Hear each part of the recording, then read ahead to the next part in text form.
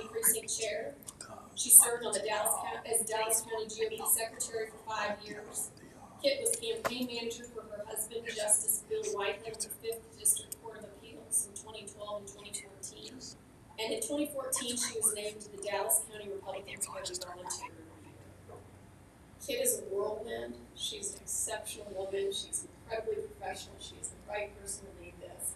And we are thrilled that she was great to do that. And so I would like to thank President of the TRCCA, David Covey, President Glennis Chester, Texans for Greg Abbott, and then for this year, for the first time, we made this decision to invite the YRs in as well. So Hayden Padgett will also be joining us. YRs will also be getting into this education effort, and very proud of what's going to be happening and going here. I have one other announcement that I'm very proud of. In keeping with the belief and based on the feedback from the delegates I've spoken with across Texas, I'm pleased to tell you about a new first-time initiative for the Office of the Vice Chair. I'm teaming up with Scott McNaughton, who will be working as my vice chair council as a policy director. I'll be working to advance several of our platform planks that fall outside of the bounds of the legislative priorities committee related to criminal justice reform. And what many of you may not know about me personally, my mother's a former Chicago police officer who was an Illinois state trooper. I think deeply about law and order. That has been an incredible message during this campaign cycle. Public safety and issues concerning criminal reform are incredibly important going into this legislative session. Let me share with you just a little bit about Scott. Scott is of San Antonio. Is Sergeant Investigator assigned to the Public Integrity and Cybercrime Division of the Marion County Criminal District Attorney's Office. In addition, he was appointed to the Chief of Criminal Investigations as Director of Law Enforcement Affairs. In this role, Scott works closely with other law enforcement agencies, elected and appointed government officials, members of the community, and to create stronger lines of communication between the Office of Community and partnering law enforcement agencies. He has over a decade of experience in Texas law enforcement, 6 of those years being in the prosecutor's office. He's been appointed to multiple and served on multiple gubernatorial boards. He has a bachelor's degree in criminal justice law enforcement from Texas State University, a master's degree in security studies, and a master's degree in public administration from the University of Texas. In addition, he holds a master peace officer certification from the Texas Commission on Law Enforcement. Scott is an excellent choice to move forward on these. I would encourage any of you who are passionate about criminal justice reform and are counseling on our platform and investing in that to please reach out to me.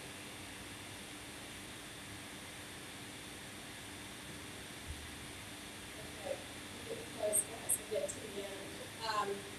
It occurred to me, I have so many people who've come to me and they've said, we have these incredible volunteers. We'd like for there to be some way to recognize them. We'd like the state to know who they are. And so, I'm developing a new award. And it will be called the Lone Star Award. Texas is a Lone Star state because we were independent public before this state. The struggle to remain independent and free is central to the quest for the Republic of Texas. As Vice Chair, I wish to recognize and reward outstanding Republican volunteers who do meaningful work toward party growth, toward passing conservative legislation, or who have been part of workers to be independent. Their efforts combined contribute to a stronger, together, more effective Republican Party. And one person counts. Here's the important part. This is not for me to decide. I have a form. I will be sending it to you all next week. For you all to make nominations for the new investment. I'll also send the form to County Chairman, to our auxiliaries, so that we can have those names come forward. And it's been a personal thank you to everyone who is listed on the list. So look for that. I'm very excited about it. Obviously, Texas Republicans are disappointed in the latest Supreme Court decision. But we're not going to forget our tremendous successes that we have in the ballot this past year. We find optimism and great strength in the results of bringing our consumer capacity across this great state and beyond. We've all paid for more, as goes Texas, so goes the nation. When the nation falls behind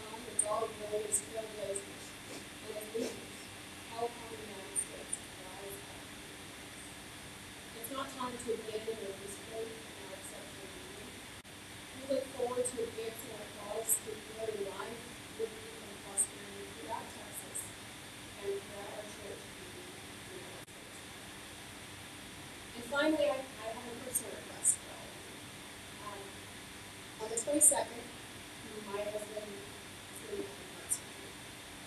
And so I believe very strongly in the power of prayer. And I ask you to listen. For those of you who have not yet met my husband, on the 8th day after God rested and saw that all was good, God came back and created a Texan. And I believe he must have had a ton of Texan. So iron sharpens iron. I am grateful for everything we've done. I'm grateful for everything we've been doing. And we are all going to continue to work together to fight for freedom, opportunity, and prosperity. Merry Christmas to you all.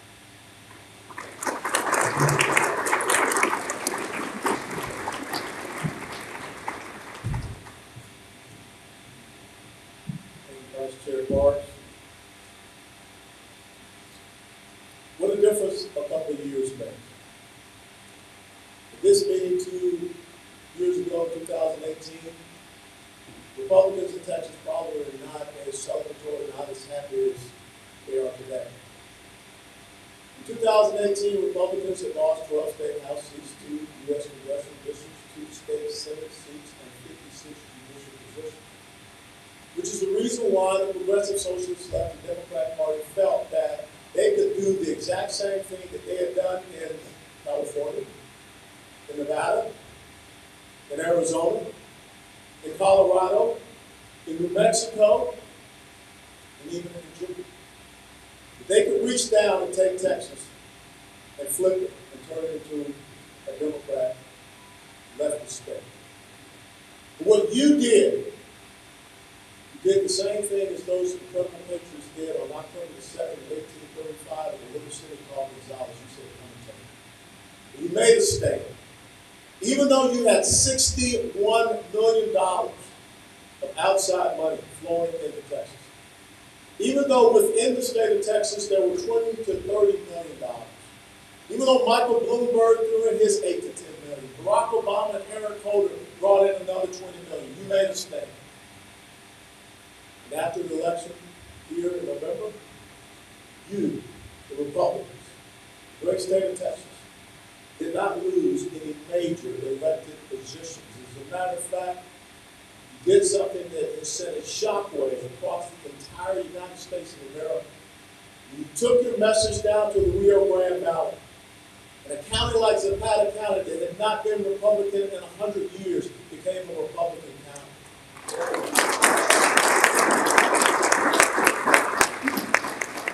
You so frustrated the left in finding your voice with the Hispanic community and standing with our brothers and sisters that Barack Obama came out and chastised the Hispanic community just a couple of weeks ago for voting their principles and values instead of voting along the same talking points that the left has been proliferating out all these years.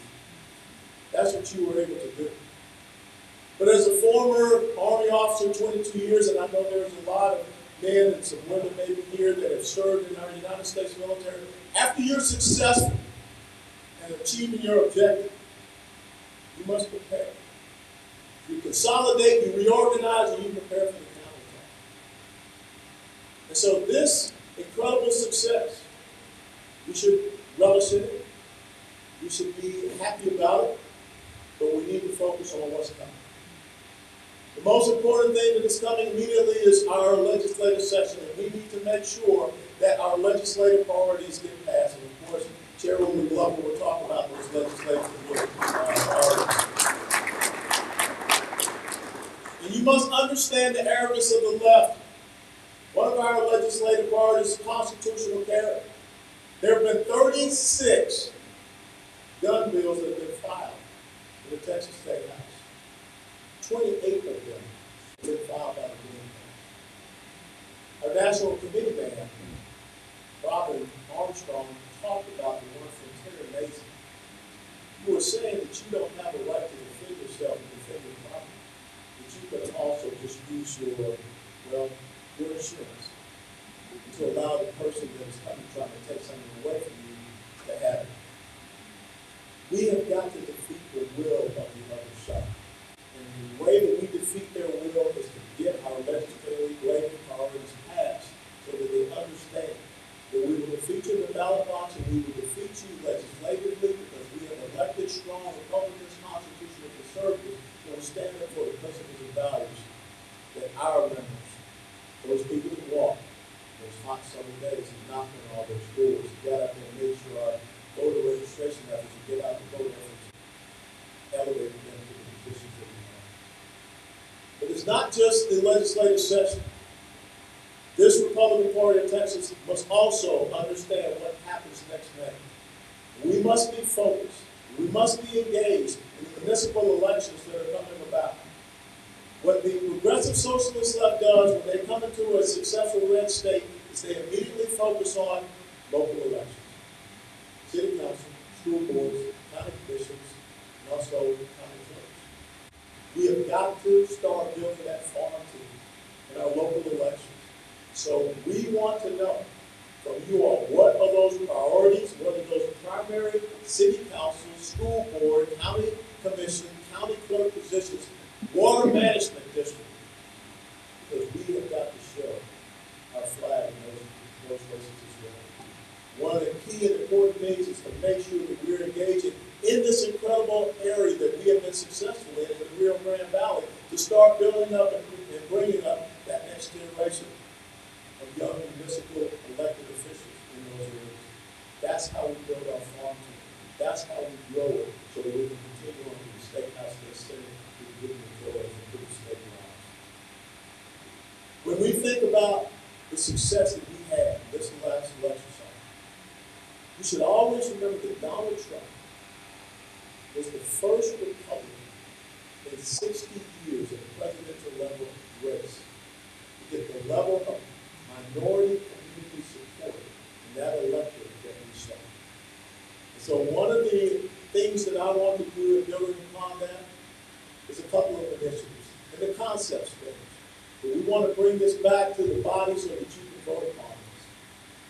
Our Republican Party of Texas was founded on Independence Day of 1867 in Houston, Texas, about 150 block away.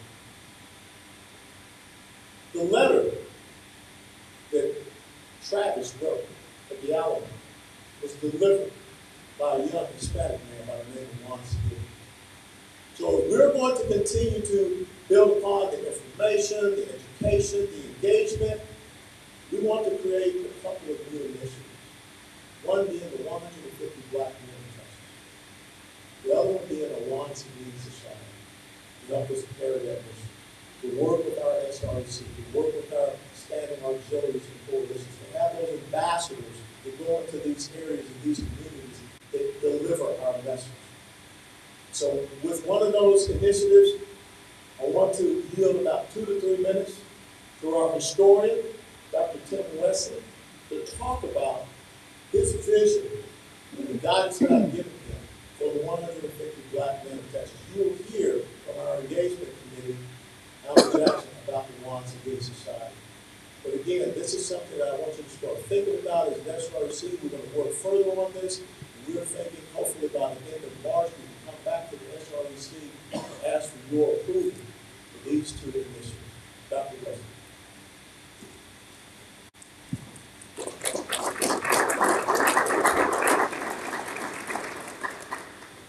As the chairman mentioned, July 1st, 1867, something great took place. 150 Black men, 20 Anglos came together in Houston and founded the Republican Party of Texas. And what we need to do is tell the story. We need to recapture that history and tell the history of what happened then, what's taking place now, and what we plan to do in the future. The history is so important. I want to share with you all, before I just give you the vision, the mission, and the purpose, what we'll be working with as far as this initiative, if you all agree with us to move forward. I want to share a brief story of a gentleman about 10 years ago. He grew up in a Democratic home, Democratic environment, and during this time, it was not uncommon for this gentleman, who was a Black man, to vote Democrat. But later during that time of the journey called life, he realized that his values didn't align, and he spoke with someone that was a part of his church congregation. And that person told him, said, hey, you know what? Have you considered looking at the history and looked at the history of the Republican Party and found out that in 1854 in Wisconsin, the party was started due to the Kansas-Nebraska Act to stop the spread of slavery. Found out many more things, such as the first senators, the first representatives in Washington were all black men that were Republicans. Found out so many details about history, and found out that when it came down to the rights of people that were now free, it was Republicans that were stalwarts, that were leading the charge. He was so excited about it. The person gave a video. I'll show you the video. It was called American History in Black and White by my friend David Barton, which many of you may have heard of David Barton. He watched that video on that night with his wife. And before he was done watching that video on the history of the Republican Party, he and his wife both said, we're part of the wrong party. Even the Gallup falls on that. He's a part of the wrong party. And we realized at that point that something was taking place. So at this point, they both changed parties immediately and had a conversation with their children, upon which the children said, we've always been Republicans. Based on how we were raised, our Christian values, our conservative beliefs, we've always been Republicans. Well, this person was so excited, this person began to get involved in politics, ran for U.S. Congress twice, securing the Republican Party nomination twice. The third time around, didn't quite get the nomination. But shortly after, wrote a book titled The Republican Party and the Journey Blackwards, Regaining the Black Vote. This person knew that history was so important that you're standing, as I stand right now, you're looking at that person, Dr. Tim West. You're looking at him. So, as the chairman said, history is extremely important. So one of our goals with the 150 Black Men Initiative, we will call it 151st Black Men of Texas, first standing for fierce, impactful, Republican strong trailblazers. We want to tell the history. We want to recapture that history, ignite and excite Black men throughout the state of Texas, which will indeed ignite and excite their families and people that they know, and we will begin to capture that percentage of the vote that we once owned, and we earned it, I will say. In close, I'll tell you that with this particular initiative, we can now put the Democrats on notice that no longer can you expect to just have and think you own the black vote. You will have to earn it. And as Republicans, we're going to do everything within us to earn that vote. Last 3 months, our vision, reignite the excitement, commitment, and participation of Black men within the Republican Party of Texas. Our mission, to attract Black men and women to become viable participants in the Republican Party of Texas through encouragement, education, invitation, and participation. And more importantly, our purpose and goal, increase the Black voter base. We were at about 11% with the president this time around in Texas with the Black voter base. At one point, when we go back to the 1860s, that was at almost 100% with the Black voter base and Republicans. We must turn the tide. We must own our message. We must change the perception, and we must do it through initiatives as Carl West, chairman, has put forward today, and we spoke about now with the 151st Black Men of Texas. God bless you all.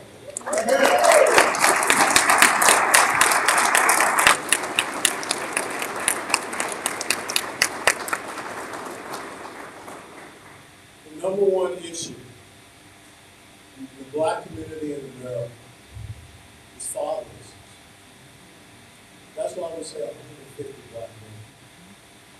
When I was born in 1961, the two-parent household in the Black community was 77%. Today it's 24%. The reason why? A Texan, a Democrat, a president, Lyndon Baines Johnson, began the decimation of the Black family, the traditional nuclear Black family. When you have someone that comes up to you and talks about Black Lives Matter, I want you to understand that one of the things that Black Lives Matter is against is the traditional nuclear family. That's why we're going to beat them. That's why this initiative is so important. Let me remind you about this. Today there's a football game that's going to be played.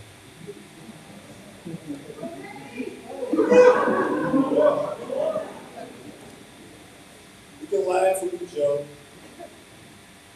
But those young men on that field will one day stand up and take an oath. They will take an oath that says, I will support and defend the Constitution of the United States of America against all enemies, foreign and domestic.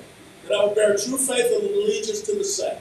That I take this obligation freely without any purpose of evasion or mental reservation. So help me God. That oath that they take has no statute of limitations. My family, my father took that oath and served in World War II. My older brother took that oath and served in a place called Vietnam. 2 weeks ago, my nephew who took that oath was promoted to lieutenant colonel. He told me that I'm now Lieutenant Colonel West Ancient. But the bottom line is this. We all need to understand what that oath means. Because the decision that the Supreme Court pushed down yesterday is a challenge to the rule of law. It's a challenge to whether or not we still believe that we live in a constitutional republic. The great state of Texas must still seek to lead. Some people may not understand what I said, but yes, states that still believe in our Constitution, states that still believe in our rule of law, they need to come together. They need to stand against this tyranny. They need to stand against this evil. They need to stand against that which seeks to undermine our constitutional republic.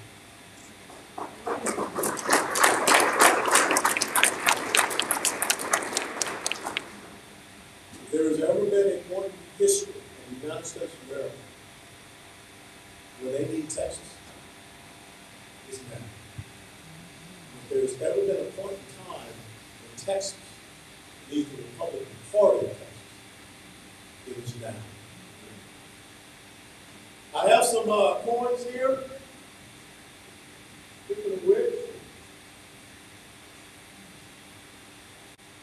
they're simple coins that I'd like for you as SREC members to come up.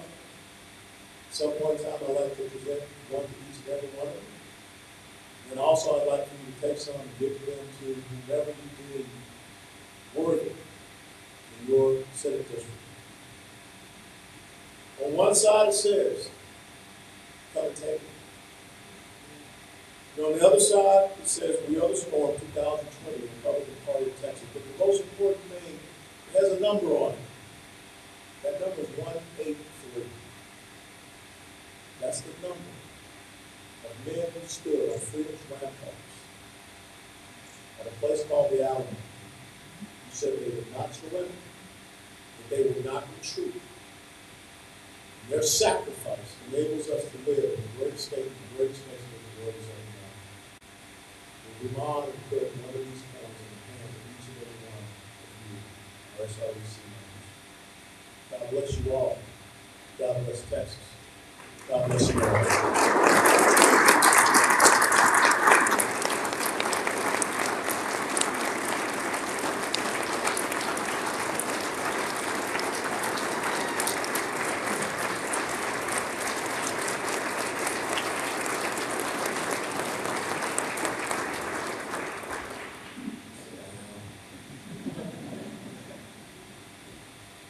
Section 171.003 of the Texas Election Code provides that the State Executive Committee shall fill by appointment any vacancy on the committee. To be eligible to serve as a replacement to fill the vacancy in a membership representing a senatorial district, a person must reside in the district. Majority of the Executive Committee membership constitutes a quorum, and a person must receive a majority vote of the members voting. Article 3, Section 4 of the SREC bylaws provide that in the event of a vacancy on the SREC, a majority vote shall fill the vacancy in accordance with the provisions of the Texas Election Code and these bylaws. Notice of an election to fill such vacancy shall be included in the notice of call of a meeting. If there is no objection, we shall follow the same procedure as we use for electing members to the Officials Committee. Hearing no objection, the same procedure shall be followed. Nominations shall be made by an SREC member from the floor.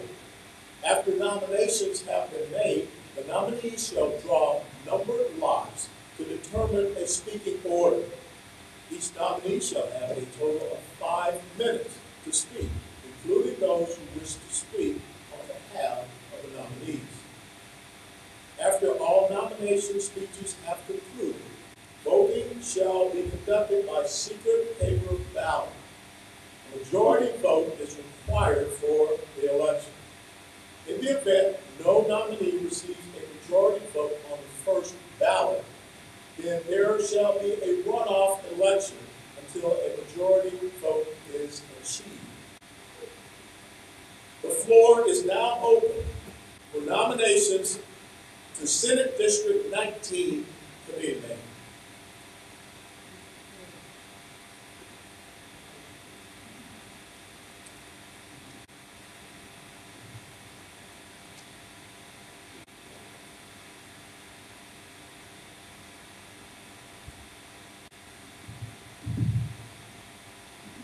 Mr. Chairman, Yes, Mr. Jerry Murphy. Parker, Yes. Vice Citizen District 21.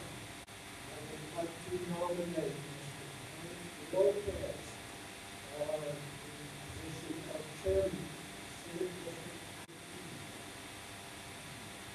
19. Mr. Terry Harper nominates Mr. Frank Lopez for Senate District 19. Mr. Chairman, Yes, Ms. Stanko, you recognize. thank you.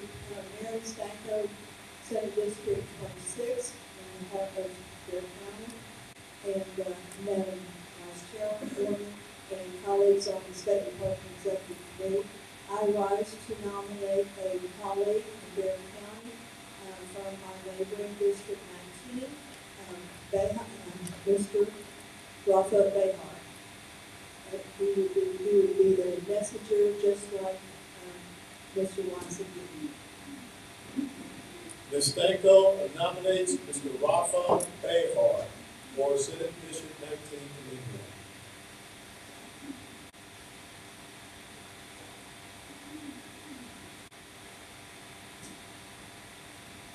Are there any further nominations?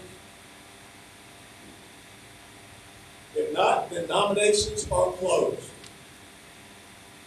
I ask the secretary to prepare slips of paper from 1 to 2. That's so easy.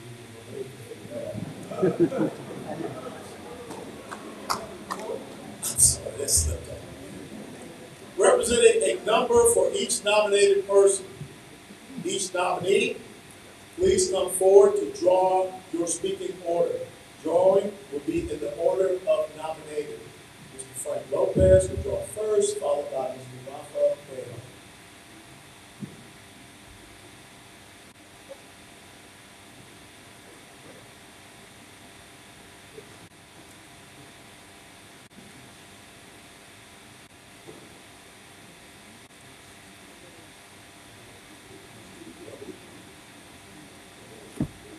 Mr. Rafa Behar draws number 1. Mr. Lopez, number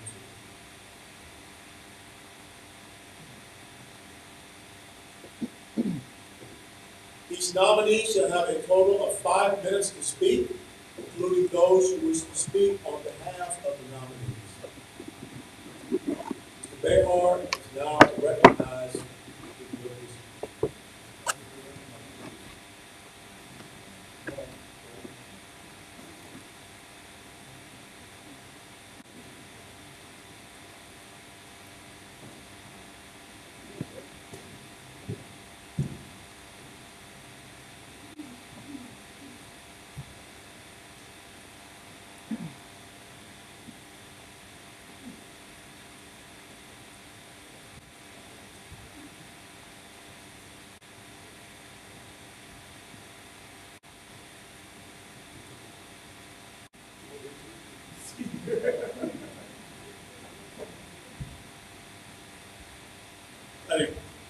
Howdy, folks. First, let me start with an apology. Yesterday was a bit of a hectic day, and I wasn't able to meet with everybody in person as I would like, and for that I am truly sorry, and it's my loss, and I hope you don't hold it too much against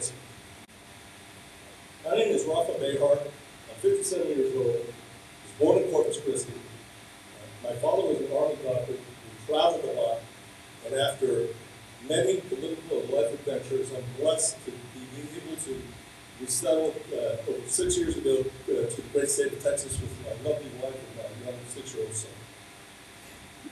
Today, you have an uncommon opportunity to choose your own colleague, your own peer, your own partner at a unique historic moment in time.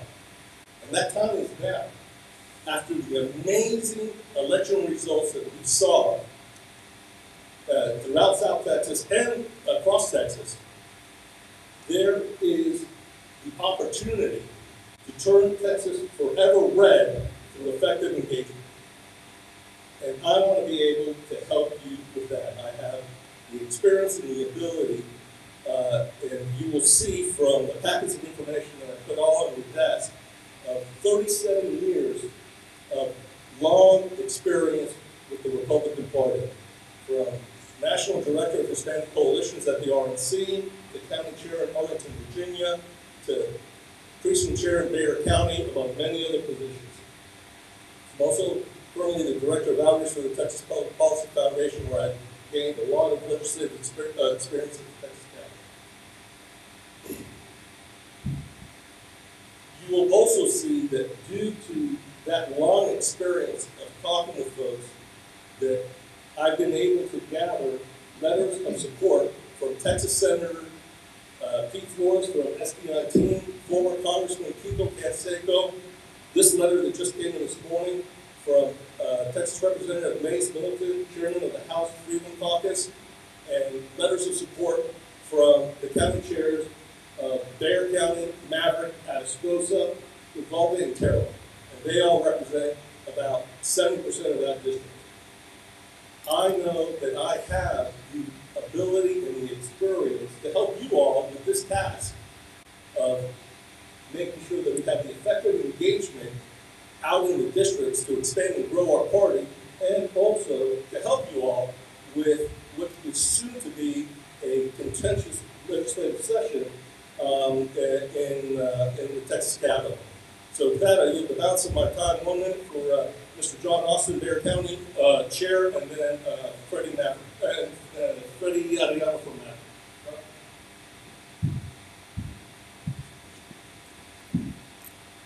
Good morning, ladies and gentlemen. My name is John Austin. I'm the new Republican Party Chairman for Bexar County. I'm sure you super happy to be here. I love seeing all you guys working hard for us, and much respect to you all for representing your constituents. Thank you so much. I just wanted to say that both these candidates are nice gentlemen, and either way will be fine. But I think Mr. Bayer has much more experience with Republican Party functions throughout the years, as I'm sure you can see on the handout that he's giving you.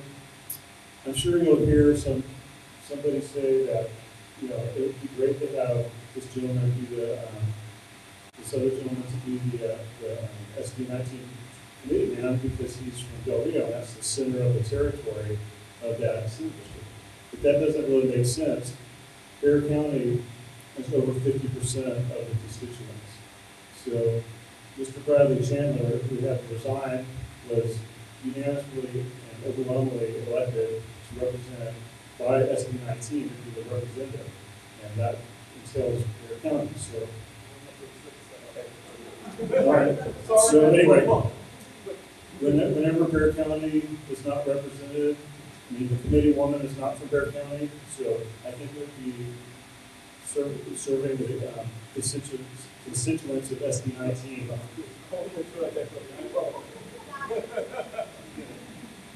Hello, everybody. My name is Alfredo III. I'm the Maverick County Republican Party Chair, and yes, the youngest.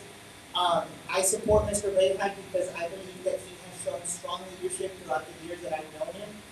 I believe that his position has allowed him to reach out effectively to Senate District 19, because that's something that we're going to need if we're going to want to keep this momentum going.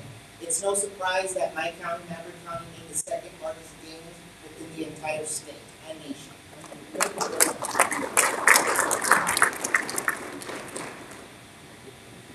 We'll now hear from Mr. Frank Lopez.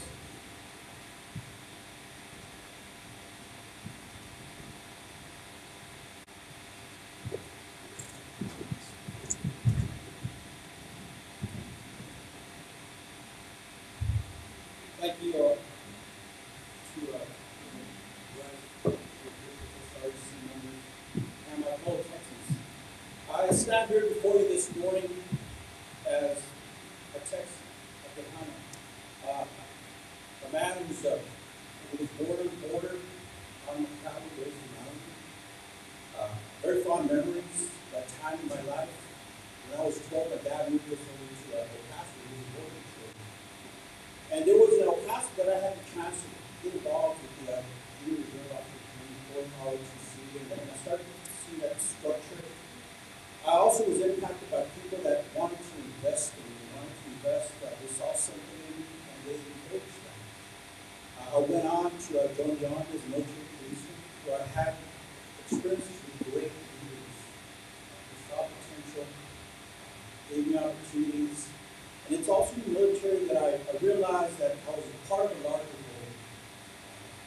goal. I was in the Army with young men from the inner cities of Houston and Detroit and Farmville and Georgia, other Texans, and as we deployed down in Honduras and West Germany, what we had in common was that we were Americans.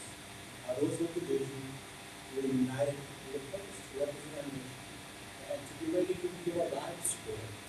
When I left the Army, separated, I went back to El Paso with my family, and I started to college, but then one day my dad walked in, an application for the Border Patrol. 30 years later, I retired in 2018.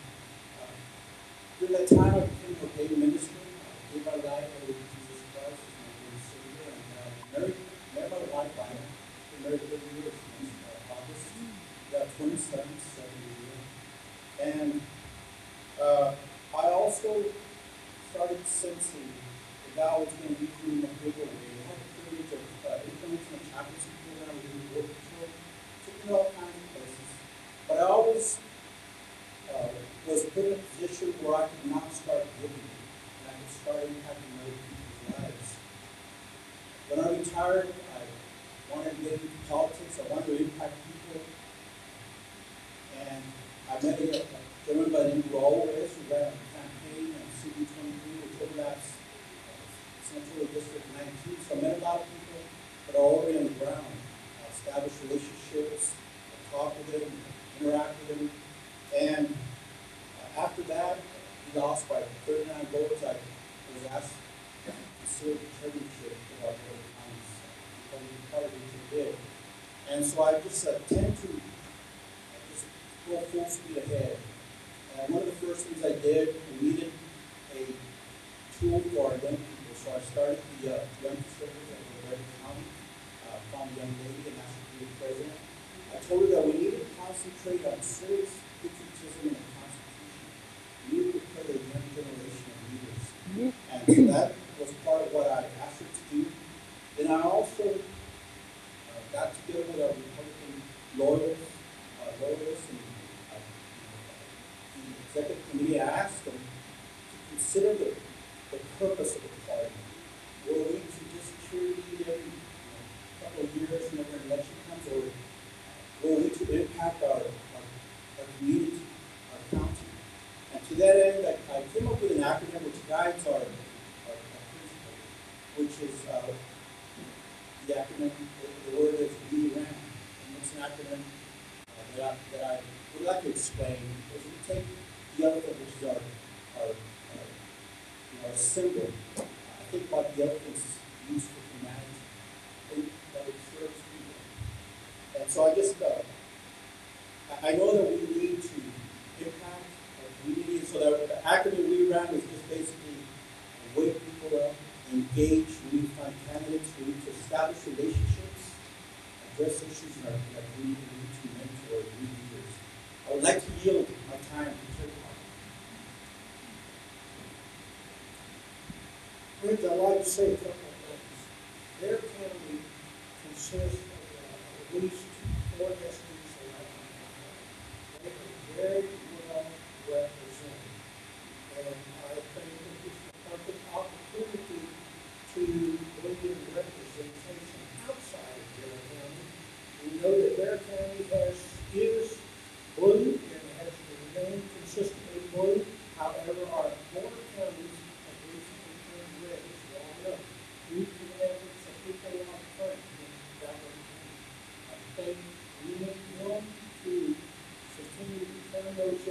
Ed, and I have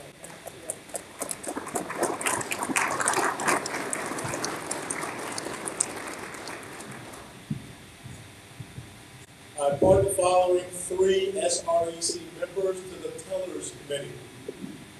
Ms. Edie Sinclair, Warren Norred, and Robin Cooper. I ask Edie Sinclair to serve as chairman of the Tellers Committee. Each nominee may have one teller to witness the vote count. Candidates, please identify your witness tellers.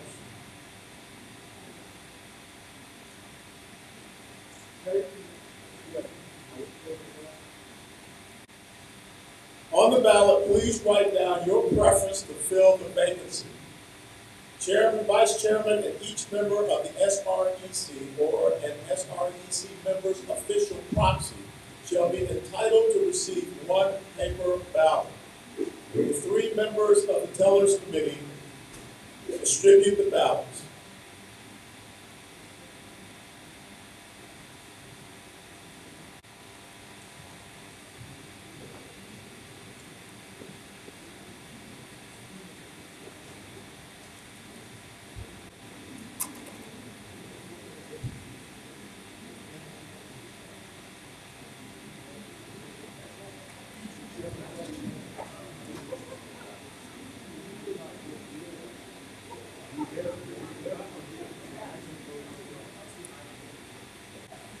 Chairman, question.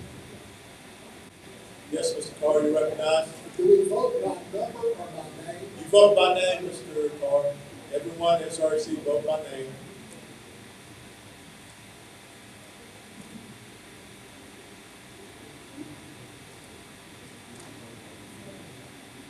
Has each member of the SREC entitled to vote receive a ballot?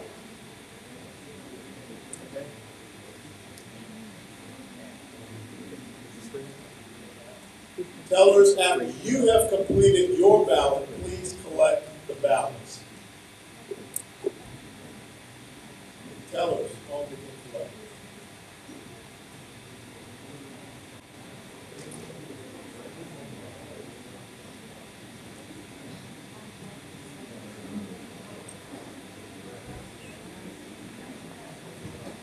There will be no mail-in ballots.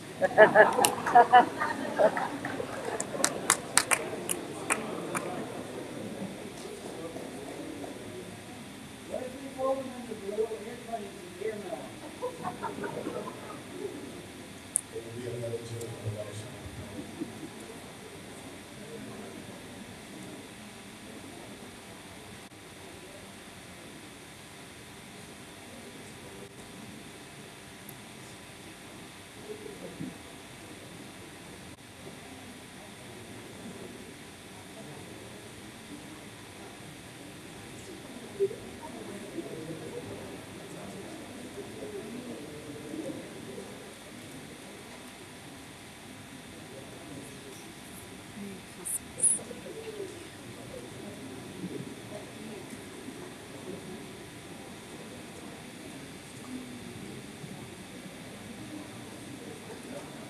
We will stand at ease while the votes are being counted. That's a great opportunity to do a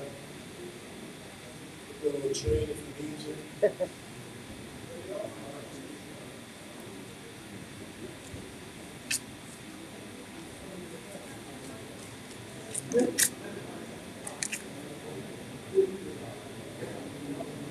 SREC members, if you want to come up and get your coin, I'll be happy to put it in your hand.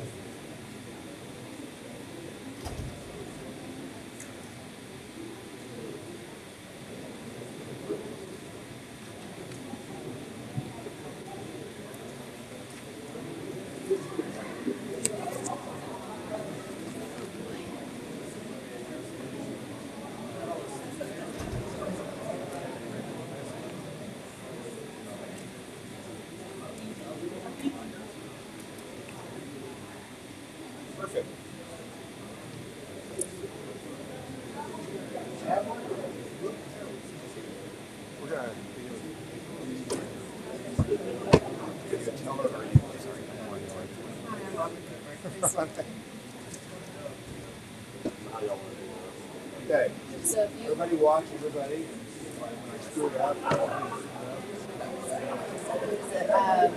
Roger was first, and then Wayne. So you want to call it, I guess, or chat? Well, first you want to separate it. Oh, okay.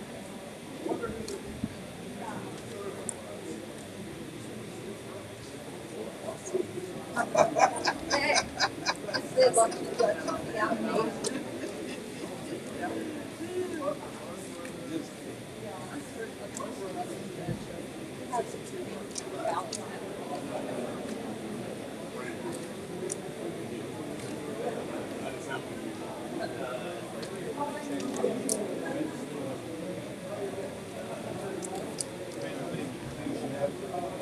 We have three.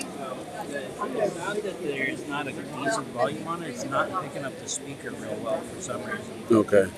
And that may, let me check the aux settings, what they have going into the board. Yeah, and if we need to, I can ask the sound guys, you know, to come out. Let me give them a call.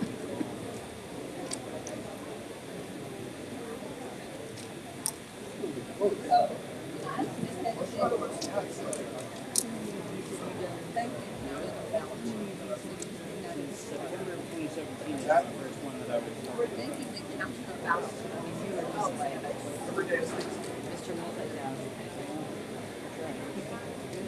Hi, Steve. How are you? Nice to hear. Thank you. Thank you. Thank you. You're welcome. I'm sorry? Here.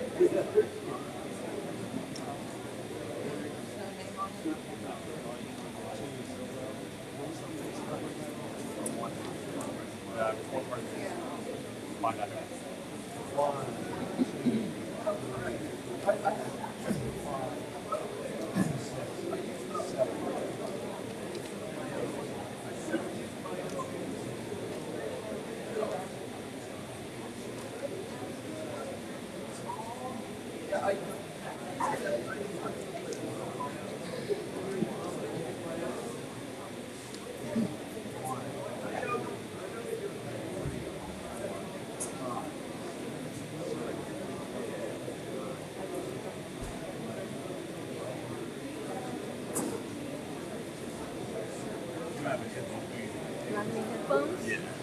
Like headphones? Yeah, just so I can test the audio. I just don't want to do it.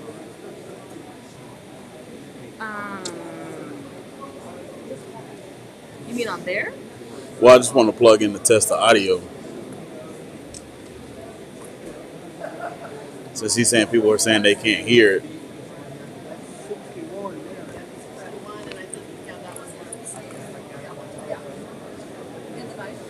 I only have these. I can test it. Which mean, I don't know if can it's plug it in. actually, I don't know if it's actually that they can't hear it or if they're just, you know, Yeah, I can listen. they're just being who they are.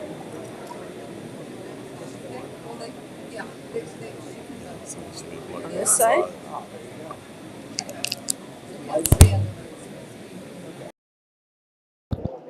Of course, there's nobody talking right now, Do you want to go test it? so that doesn't help. Oh, that doesn't help? So, since this will be the first time I do Let's see if we this, can get just, one back on the mic. No, I'm saying, do you want to go up there and test it? You don't? Go on up there. Oh, there's Kat. Kat can test it. Can you test the mic? Just testing 1, 2, 3. Yeah, just testing on the mic. We're just trying to test the audio.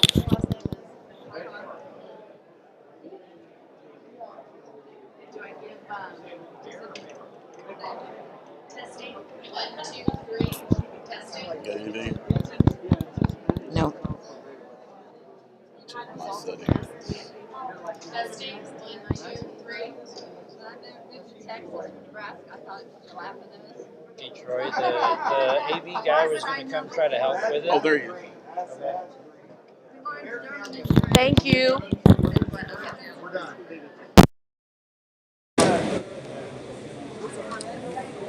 Thank you.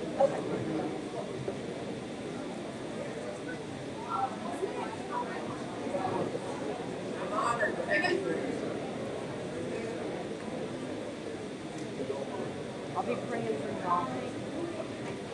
I have to tell you, powerful it is. I think you may have the best seat in the house back there behind us. It is pretty good. It's pretty sweet. The only thing is, I was on the road for 36 hours before, the day before we came here. So I'm still kind of, and so I'm afraid that I'm going to be nodding. So. Well, see, if it has, you can take a little nap here and go. Well, here, yes, but here maybe not. So making sure I'm not on camera nodding off. Are you going to cut? Are you going to get all this three? Are you going to do part? I'm going to do part, I think. It's all going to depend on where we land up. Right now we're in Queens because we have a short-term furnished rental. And my husband's mom is in assisted living. So we've got to find a place for her here. And so where we settle is going to depend on where she is going to be. So we've got it through the holidays just to get us at that. And then we'll kind of decide where we want to.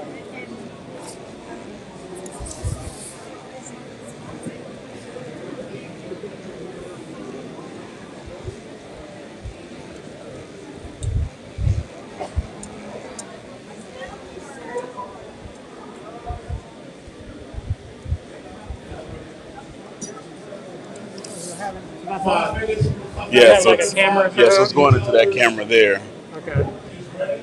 5 minutes. So I'm showing good audio here, but for some people, the people that are watching on YouTube are saying it's not good audio.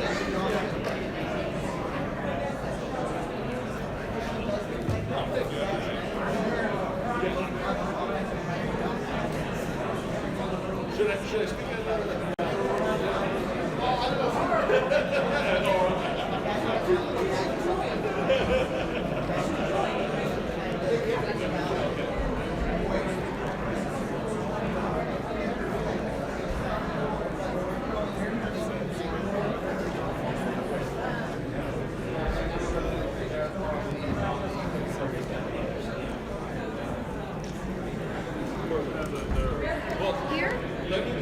You look for a snack stuff. Help yourself. If they want to take a picture of this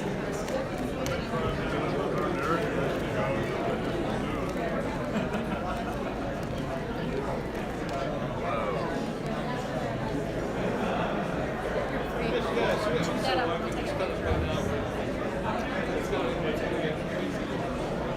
I'll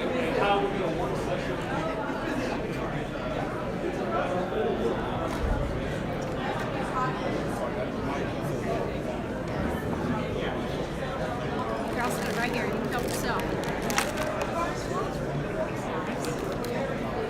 Let's hear more about the free.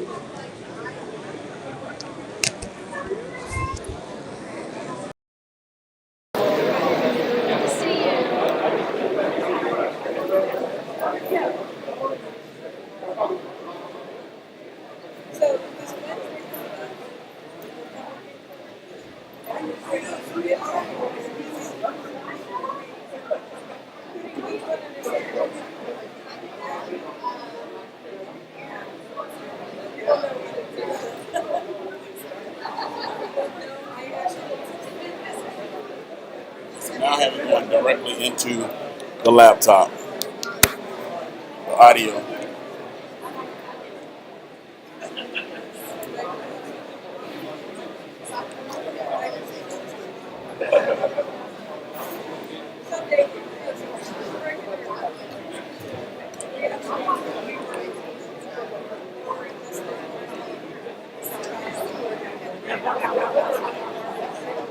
This is just an 8-inch cord.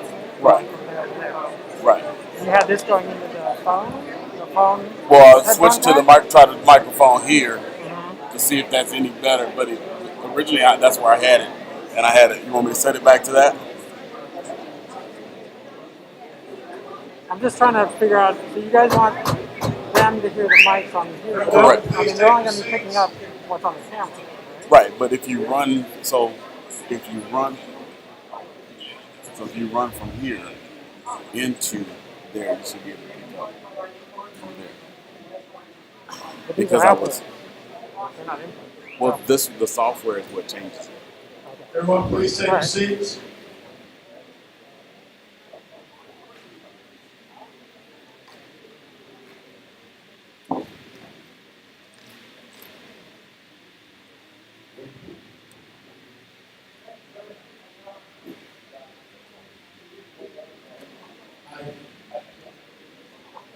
Call upon Edie Sinclair to give the Tellers Committee report.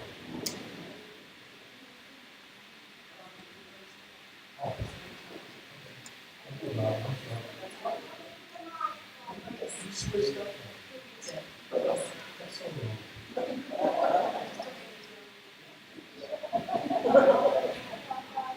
You said make a good first step. Also, only men do this.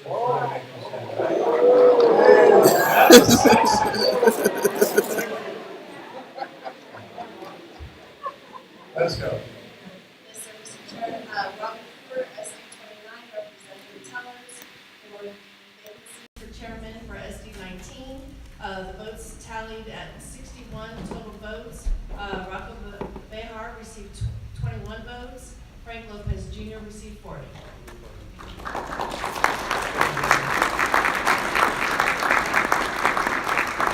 First time doing that. Give her a round of applause.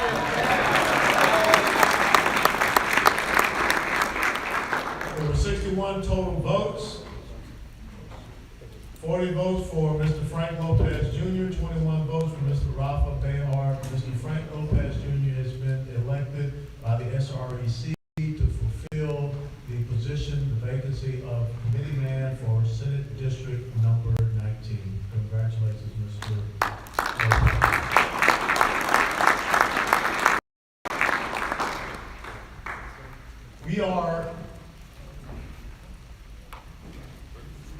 It is 10:59. We are ahead of schedule. What we will do now, are there any elected officials here that would like to address the body for 3 to 5 minutes? Seeing none. We will move now and get a data analysis briefing from the RPT Data Analysis Director, Ms. Barbara Thompson, who is a good Texas Aggie.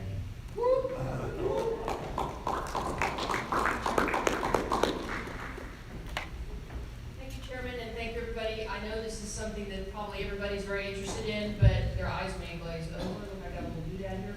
So I just want to say that there's probably not a more data-intensive industry than politics. There's probably some people in weather that would argue with me, but decisions made without data are just opinions. And we're seeing that a lot as we look at the legal challenges going on in the current election and what we need to do to see what we can do to prevent that from going on. In Texas, there's some things that have gone on here, and access to that is probably the biggest hurdle. But since joining in September, I've had a couple of things that I've been doing.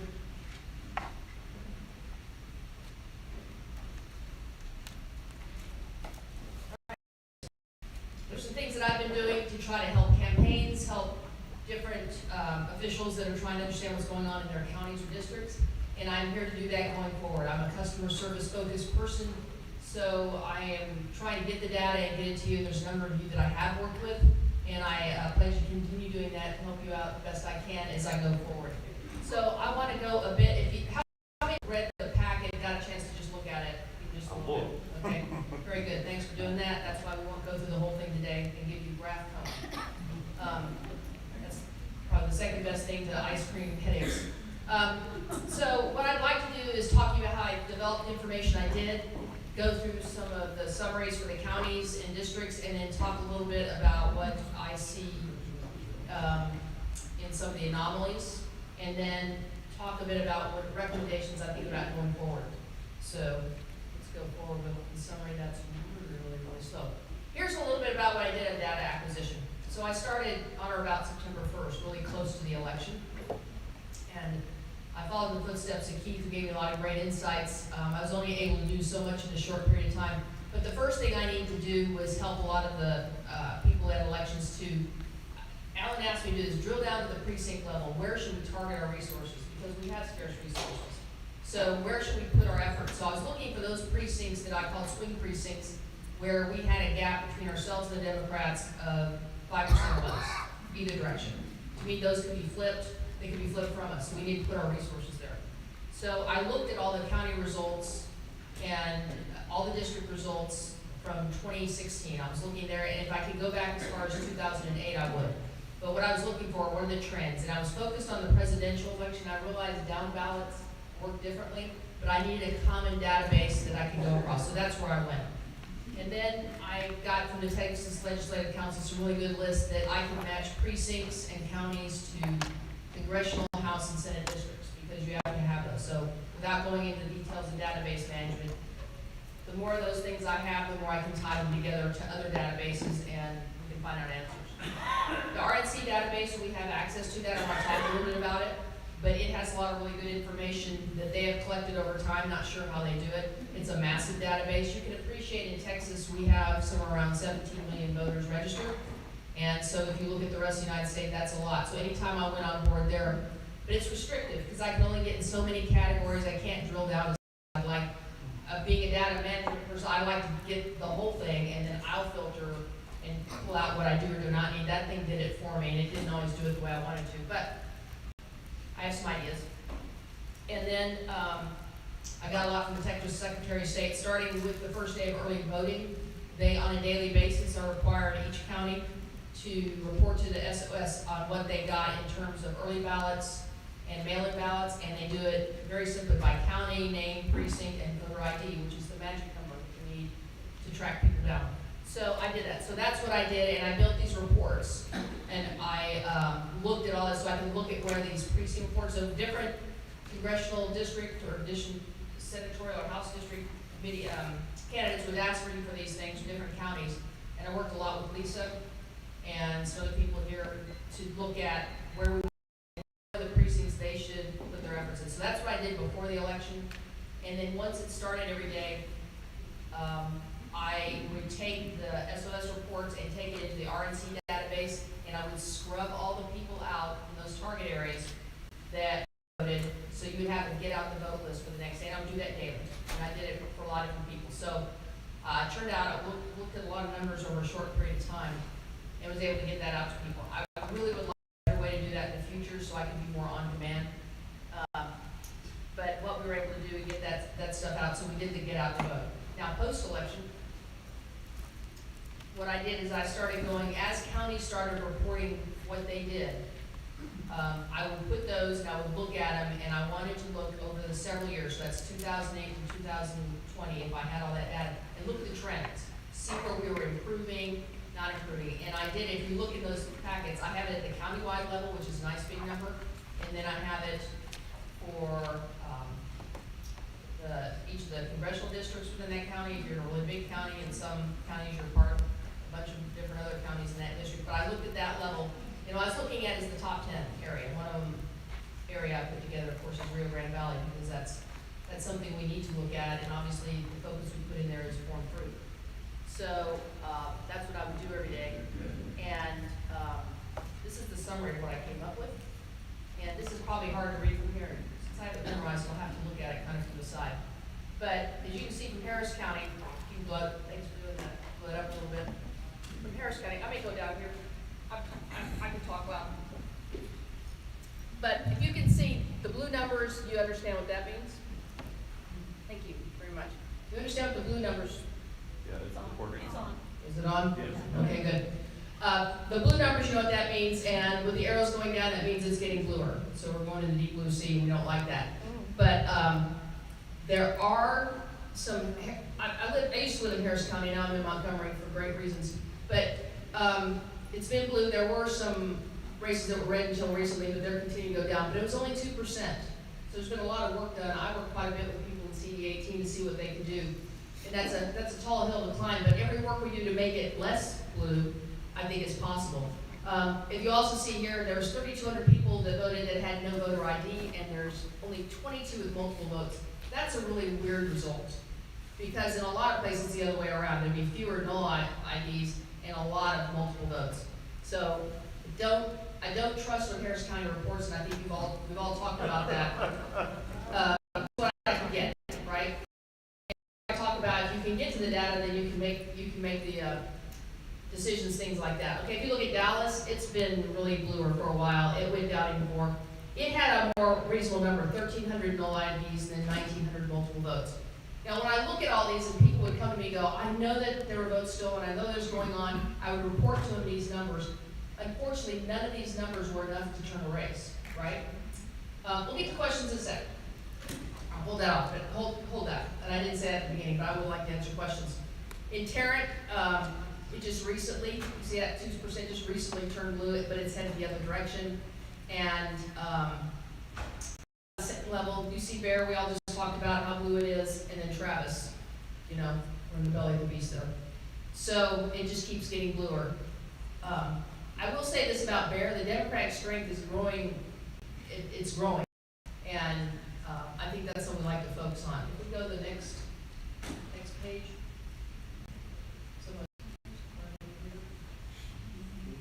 Okay, good. All right, here's some red numbers. Yay. Okay, but unfortunately they're trending. So Collin and Denton, we know it's just north of Dallas, and it's got a lot of suburbs. And what I see is urbanization. Things that we could be both excited about and terrified of is we heard Oracle now is in Texas along with everybody else like HP and Tesla. So we love their tax base and their income and all that kind of stuff they do, but quit doing this to our suburbs, because they're moving in there, that they're urbanizing them. Urbanized, you can see some of the different districts that are closer to the city. Say Louisville's a little more urbanized than some of the other parts of Denver. You can see those going that way. So they've been reliably red, but they're headed in the wrong direction. But here's the one we can all clap about. As a total, Rio Grande Valley is still slightly Democratic, but it 10% jump. It just jumps out if you look at the graphs. It's huge. So people have been working that and keeping the faith and doing that. We should spend a lot more time on that. And I think the message is going through. And what I'm hoping is it's more than just Trump. It's all about what it means to be a Republican and what that means about faith and family and our constitutional rights. So I think that's great news. El Paso, as blue as it is, it's also heading that way. So I think there's reason to be optimistic, and Williamson kind of has been a toss-up for a while, but it's going the wrong direction. But what I've been able to do now is establish a baseline where we can see where we're headed and where we want to stop that and where we want to encourage what's going on. And if you look at my reports, I do it down to the precinct level. That's why we don't want to read that aloud today. So if we go to the next thing here. Here's some of the close losses. So these are the ones I'm trying, and I know it's agonizing for people when you think your election was stolen from you. And in a lot of cases, we don't know, but we suspect. But you can see these are when 10,000 votes or less. It's a long list, and you can see the blue and red. I put that there to kind of help be a key. But there's ways we can go look at this in OCD 15. I've been working quite a bit with Monica and her councils here, Susanna. We're looking to see what we know. One of the things we learned that is Guadalupe County had weird results. And by weird results, you see trends. So you know they're going more blue or more red. But if they started going more red, then all of a sudden they dipped where everybody else is going red and they go blue. It didn't make any sense. So we're trying to dig into that. But I have to get this data from the counties, and some counties report and some don't. And right now, the Guadalupe County site, I can't even get into it. It's down, which is I find highly suspicious. So these are the trends that are in there. You can read all about that. There have been some really, really good candidates, and I think they work really hard towards getting and changing things to keep the message. And I think what I want to do is in the future help give them more information so they can keep that going. So next page, I think. Thank you, Kat. You want it? Got it. Appreciate that. So recommendations. Don't want to talk about this. I'll just stand here. So my recommendations. Here's one thing I'd like to do. We are dependent on the Rnc Database. They collect it, they spend the money, and they put that together. I think it's slow, it's clunky, and it's old technology. It's for those who know anything about data, it's a relationship database. Those are the slowest because they're tables. I'd like to get us invested, and I'm going to talk with some other data people that are professionals that know a little bit more about management systems to get us into a graphical database, and much better to make relationships and get the data we want and pour it out and do it faster. I think we should have our own database and build it. I don't.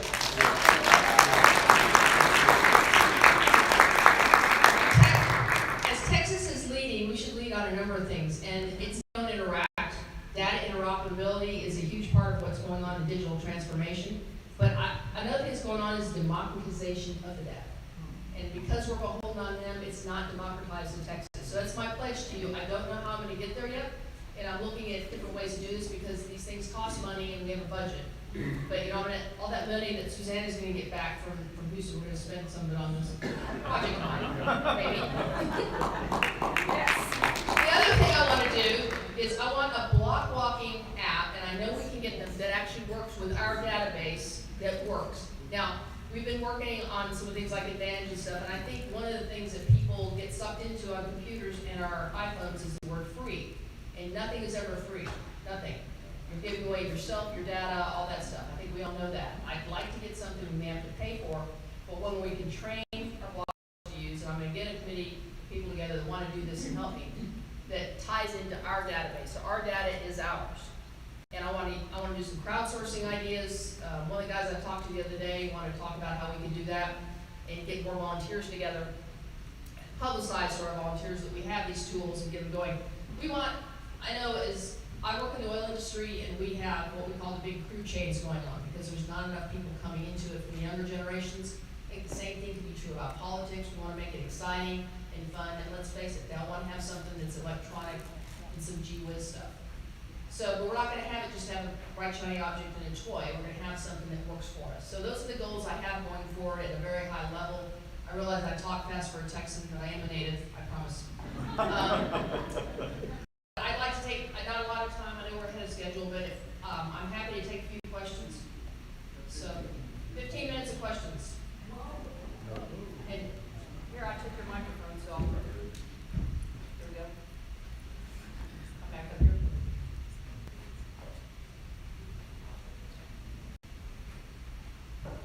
I just had a quick question on one of the first slides where you showed people had no votes and then also multiple votes. Multiple votes. Can those be the same people? They could be. That's what I was thinking. So yeah, sometimes they are, and sometimes the multiple votes they voted not twice but 4 times. Yeah. Okay, thank you.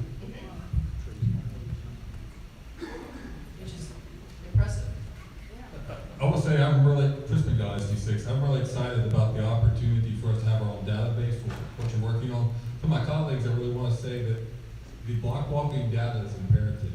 Because, right now, what's happened this cycle is brought about the fraud that occurs at the voting level. It can happen from the front side where you're actually voting. It can happen from the counting side. But why don't you put this in your head to think about, there's a third side of possible fraud. And that is during the election process for your campaign. If you're using someone else's system and they're against you and they send you bad data down, or they have someone else the swamp has chosen, and you put up a grassroots candidate against them possibly, isn't a theoretical possibility that you could be intentionally being given bad data because the swamp is determined they don't want you in Congress. You don't have the support. So that's why this is very imperative that we have our own system. So I hope that you'll support this. I'm so excited about this document. This is great.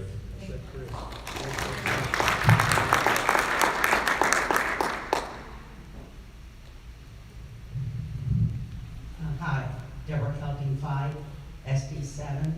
Speaking in regards to the data, in Harris County, Mark Zuckerberg put $9 million, and so on October 23rd, in early voting, barely into early voting, I called Catherine Engelbrecht because there was a chain of command out of order, somebody picking up like 92,000 pieces of election material, provisional ballots.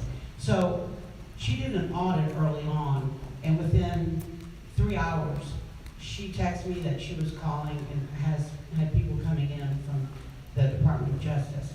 And because the discrepancies, what was happening was what our county records were showing, voting were showing, was different.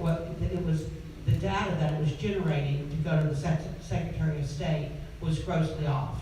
Just to make this, try to make it short, we had 1.2 million voters, but there were 230,000 more votes reported to the Secretary of State than what was actually voted. So she did put together an audit system. Anybody can get in it. It's closed now because somebody tried to get in it. But when you get in it, it will already allow in every county in Texas to download what the county reported and what the Secretary of State reported. And you can see if your vote counted or it didn't count. So connecting you with Catherine and her That would system. be ideal. And if anybody knows about systems like that, whatever, I'll put it into my bag of tricks. But it's good to have that access. Because looking for the data, and I'm new at this. I work in the offshore industry.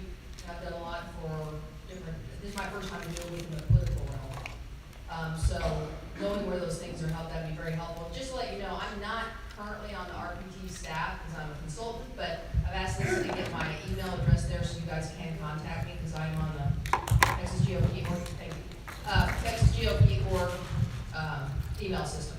So if you want to write it down, it's B Thompson at texasgop.org, but we'll get that up so you can find me, and any of those things you can send to me, I appreciate it. Thank you. I'm Abraham George, SD8. I'm a data guy and wanted to mention an additional item that if you can look into the scope of it. In Collin County, especially, I was involved in data in the last 3 years or so. And one of the things the counties lack in their operation is some sort of a CRM system where they have no management of their volunteers, they have no way to get their funds together, they have no way to set up their events, any of those things. We finally raised enough money and we're spending about close to $1,000 a month with the private company that we are using a pseudo CRM system to manage everything. So if RPT can come up with something as a module for counties, that would be absolutely wonderful. Because Yeah, and I've neglected to look at that because we've been so focused on I know. But I love that you put that up because we need a CRM system, and you know, obviously I use it Salesforce and Dynamics and all those kind of things, so we can tailor make one. Right. Since we work within Microsoft quite a bit with 365, I think that'd be a good way to go. Maybe get that a bolt on. That's absolutely wonderful. Thank you. Great idea, though. Thank you. Yes, Matt. Just one other thing. When I went to Las Vegas to check on mailing votes for election integrity, and we kind of got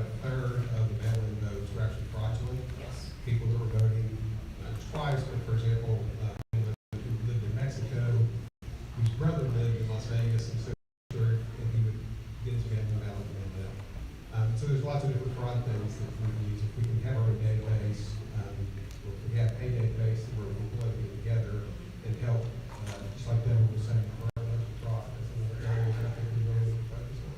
Obviously, there's a lot of tools that we can put together to look towards that. I've talked a bit with some of the people working on national election fraud, and there's ways to look at ballots to see if they're fraudulent. There's also the whole thing about machines and all that stuff, and I'm not getting into that because I'm not an expert in that. But I think anytime we can put the light of day on everything that we can find, it'll just be better for us. So, thank you. There's a group in Addison that does election fraud research, Russ Ramsden. Yeah, that's who I've been talking to. Yeah. Thanks. Steve Appalachian, man. One of the issues that's come up in the past about databases is most of the information we get from the campaigns and their volunteers that work for the campaigns and doing stuff. A lot of them are reluctant to dump all this into a commonly accessed database because their primary opponent could possibly use their own information against them. Right. And so you're gonna have to consider some sort of firewall system in that to be able to get the data you want. Are there going to continue to use other systems? That's an issue that you can, wrap your head around. We have not come up with a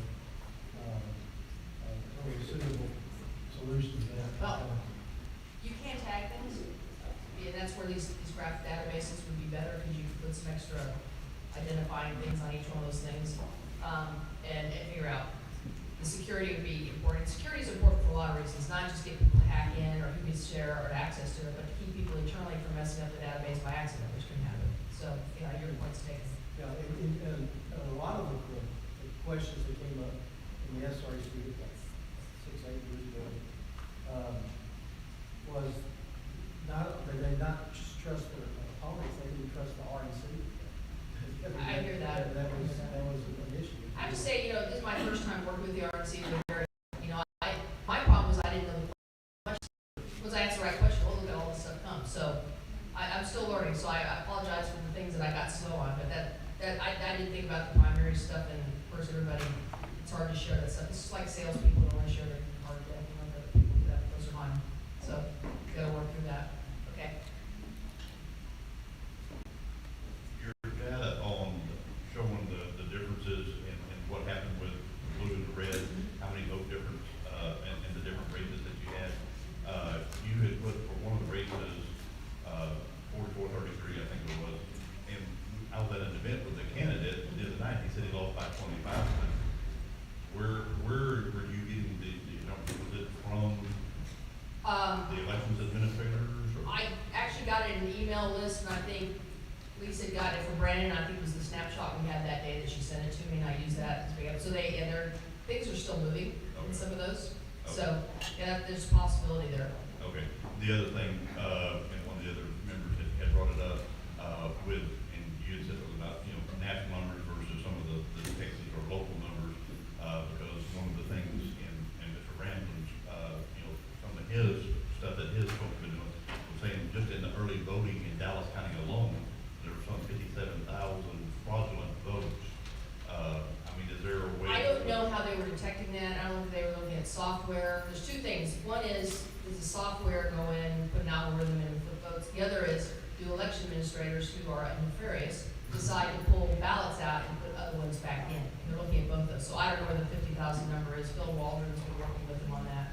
And I don't know on the basis of why he thought they were fraudulent.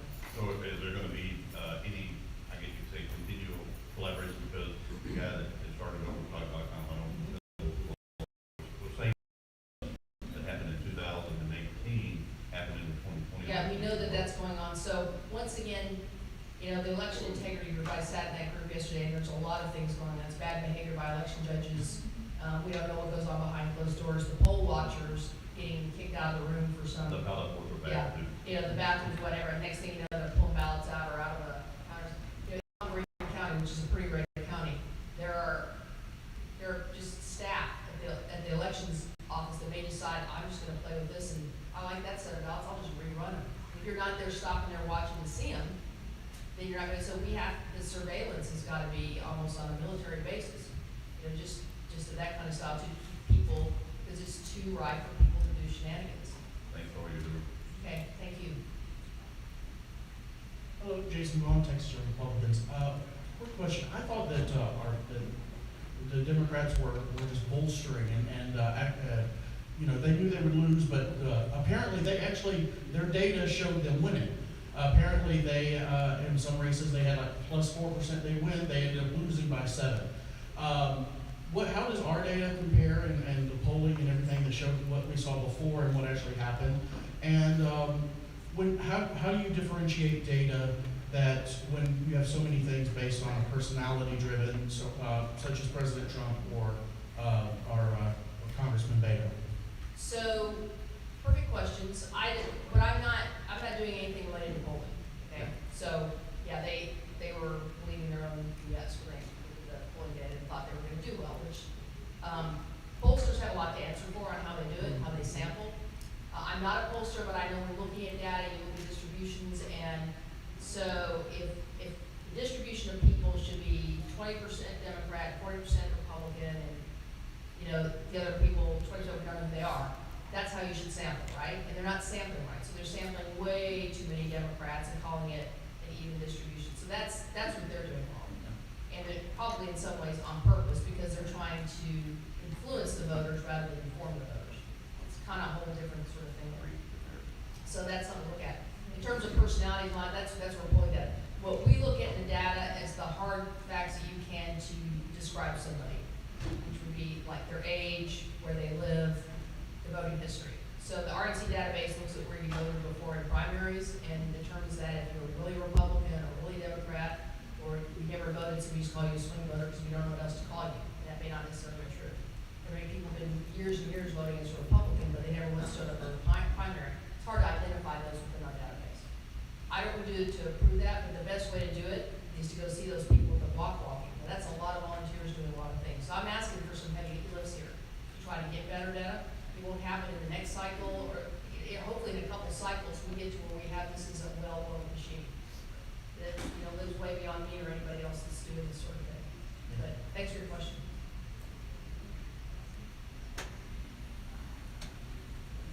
All right, so thank you everybody. Appreciate the chance to serve, and like I said, if you want to get a hold of me, to get me on texasgop.org. I do this part-time, so I'm not always right during office hours. I do this after hours, weekends sort of thing, so I may not be back immediately, but I'll get back to you. All right? Thank you very much.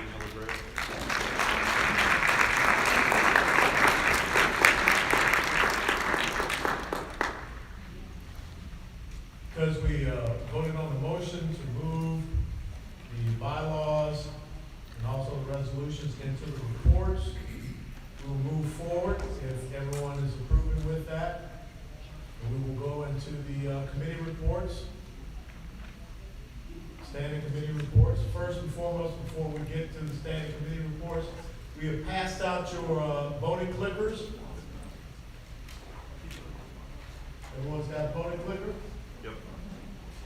And Brandon, where's the device at this point? It's right here, and we're trying to make sure it's recognized. What we're going to do is take a test vote first to make sure that everyone is registering.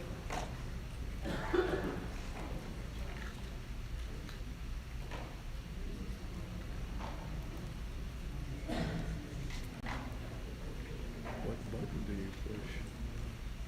Thomas. Ready?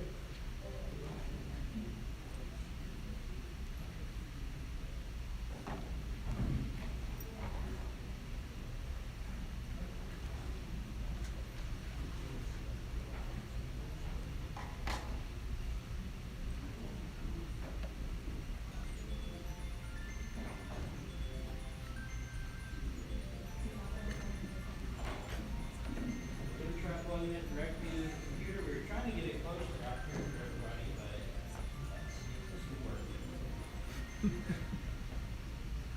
Technology,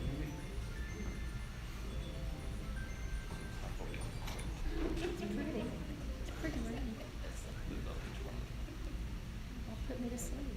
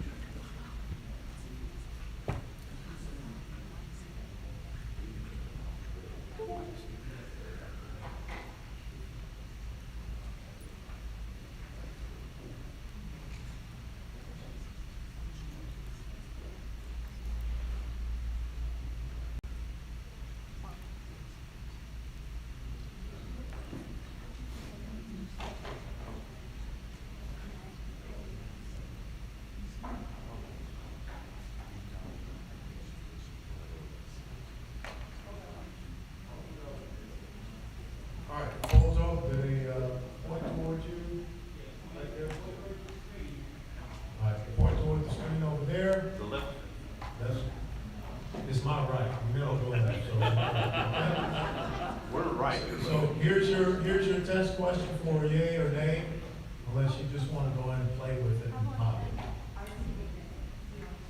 Here's a test question. The United States Constitution is important. Who are you asking? If you go there, you are.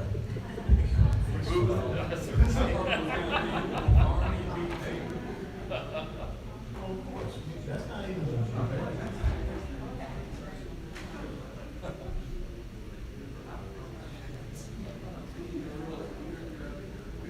the registry. Got everyone's vote up there?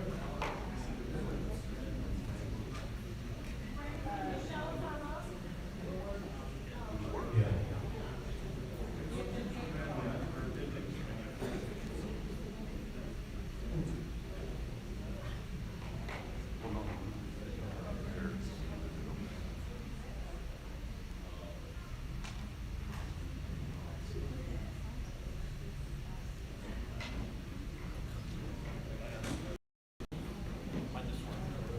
I think it's working. Well, this is live. Brett.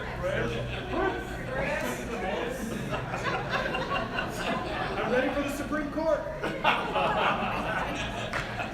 we're good, everyone's. He voted abstain.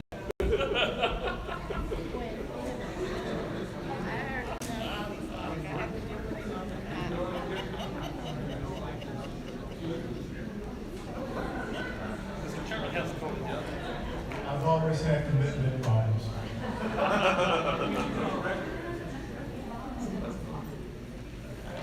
Well, I think I am. Someone's blocking the chairman's vote. Pennsylvania. Yeah. No, I already see.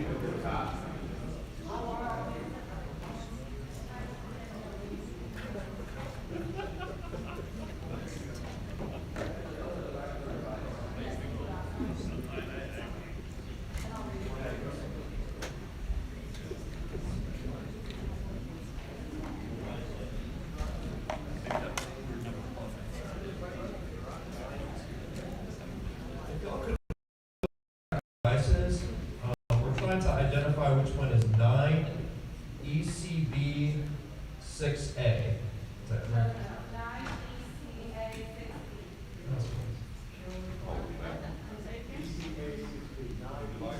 6B. Just yell at us when you find it. No, because our show.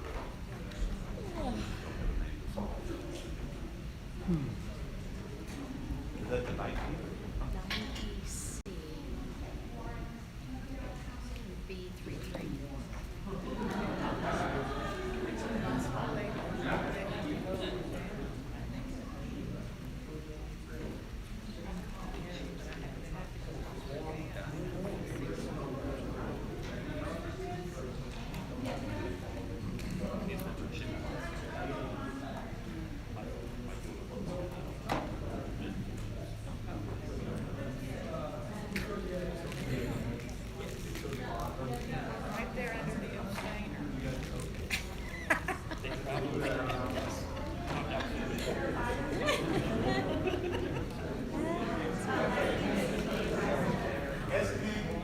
SD 15.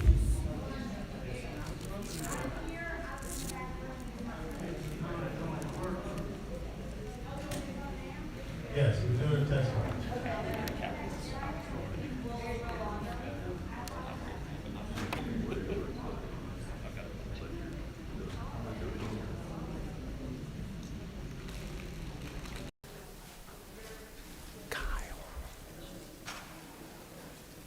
Yes.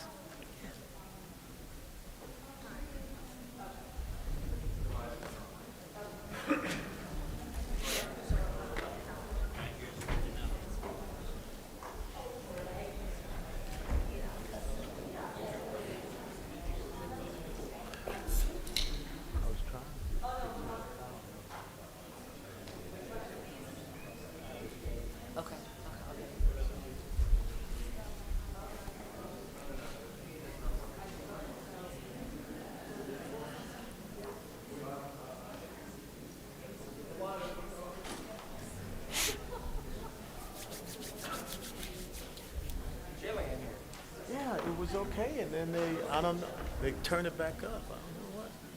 Must be a Democrat hotel.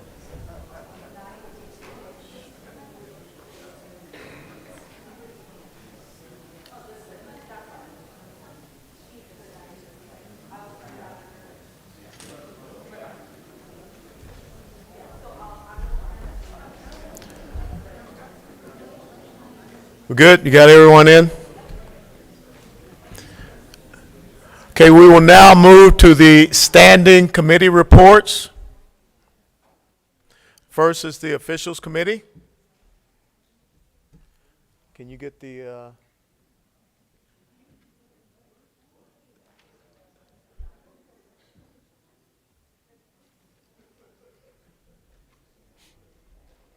budget? Do you have the budget you can bring up? The budget you can bring up?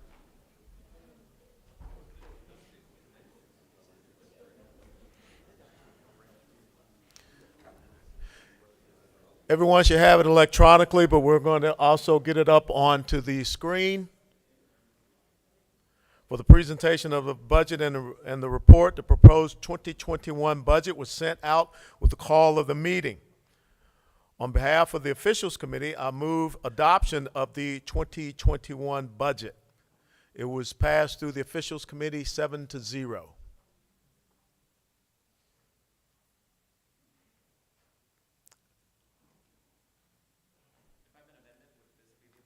This would be the appropriate time.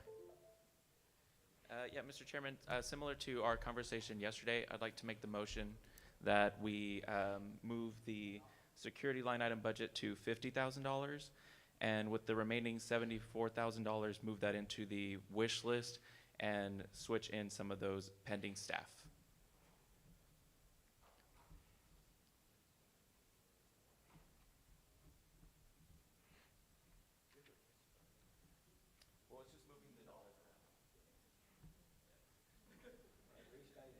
All right, so in the expense sheet where it's got the security expenses on line 19, amend that to be $50,000 instead of $124,000. And with the remaining $74,000, move that into, I believe it would be line 20 for staff. Field staff? Yes. Yeah. And then on that next tab, the additional staff pending funds, you would subtract $74,000 on that for staff, but then also add in $74,000 for security and pending to balance it out. Does that make sense? No, it's numbers, so I can come and mess with this sheet if you want.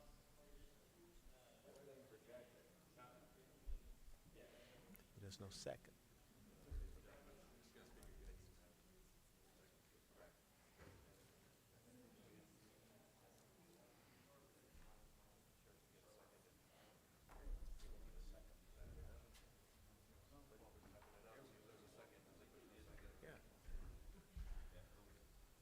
I'll wait.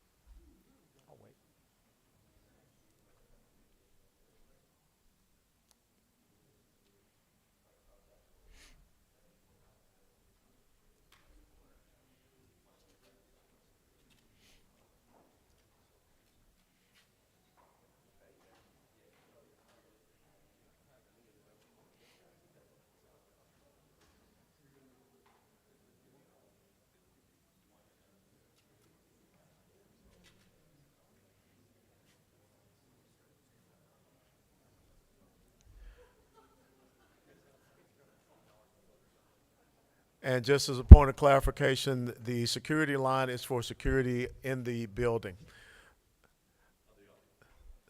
Yes, of the office. Yeah. There's been a motion to make an amendment on the security budget line. Is there a second?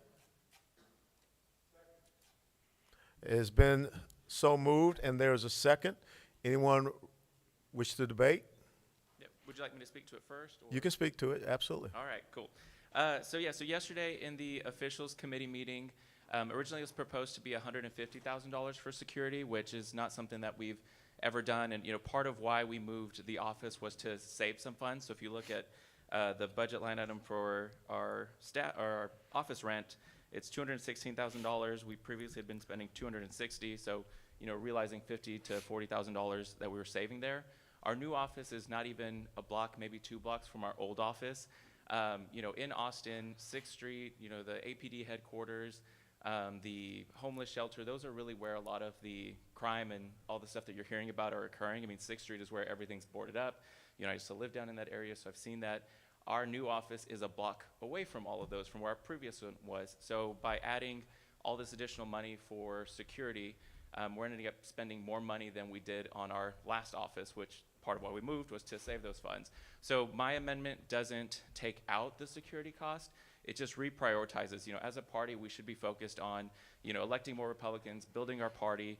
And as we've spoken about quite a bit today, there's a lot of opportunity in South Texas, West Texas, even East Texas, which on our additional staff funding wish list, that's where all those staffers are. So as of right now, we aren't hiring anybody there, but by moving those funds into the actual budget, we'll be able to hire those kinds of staff and focus on those opportunities and not let that go by. But by also putting the remaining $74,000 in security costs onto the wish list, it doesn't take it away, but assuming we raise the funds, if the costs are still there and we need to spend more than the $50,000 that is now put into the budget, we still have that opportunity, and it's still possible for us to do that, assuming we can raise the funds and need to do it. Thank you. Mr. McDonald, you recognize. Chris McDowell, Senate District 6. I rise to speak against this. This was extensively discussed and debated a couple of times in Officials Committee, with the last side prevailing strongly in the majority in the presence of many of y'all observing as guests. I've served as a cop for 25 years, and those 25 years I've also done security, both as a worker and a manager. For $50,000, you can't hire a Walmart rent-a-cop. Because the corporations mark up the price, so you're spending 30 to 40 bucks just for that little rent-a-cop. If you do a direct hire, which is what I've proposed, you can go through the police association or an individual police officer and coordinate APD, usually at 40 to 50 bucks per hour. At 40 bucks an hour, if you do an officer there for your work year, which is 2,080, that's 40 hours times a week over the course of a year is 2,080 hours.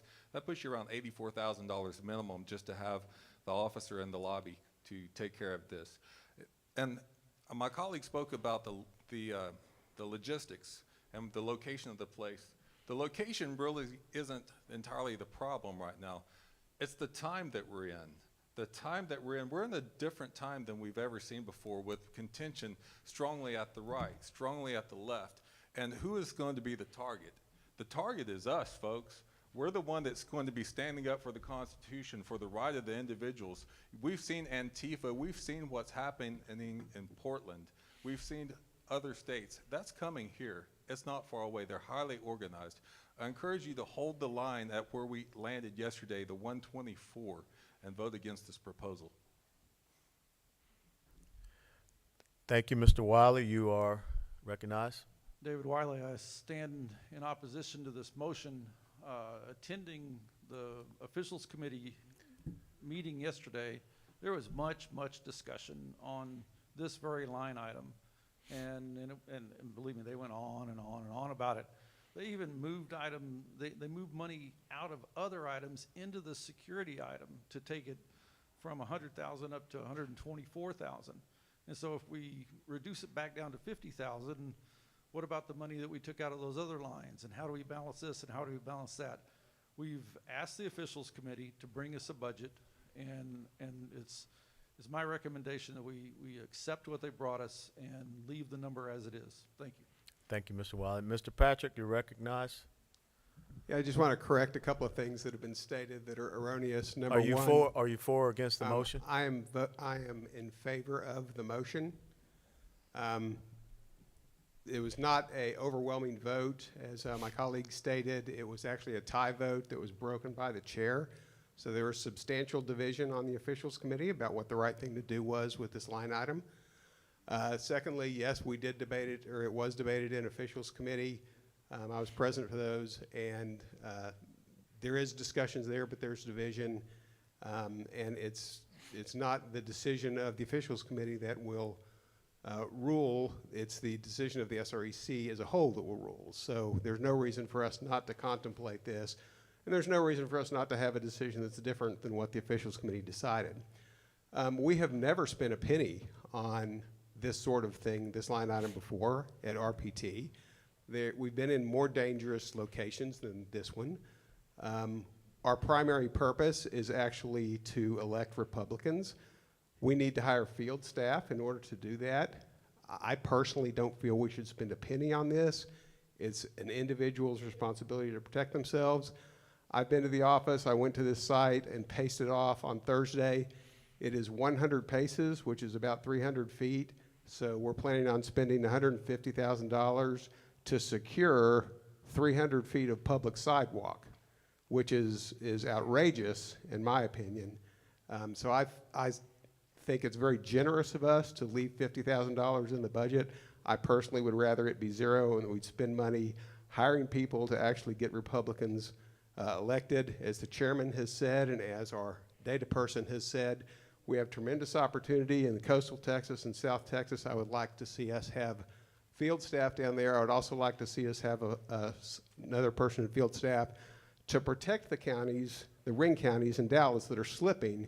We need to defend Collin County, defend Denton County, and get Tarrant County back into the red column, and hiring people to guard the office 2 minutes, for sir. a couple of people that are fearful is not the right decision.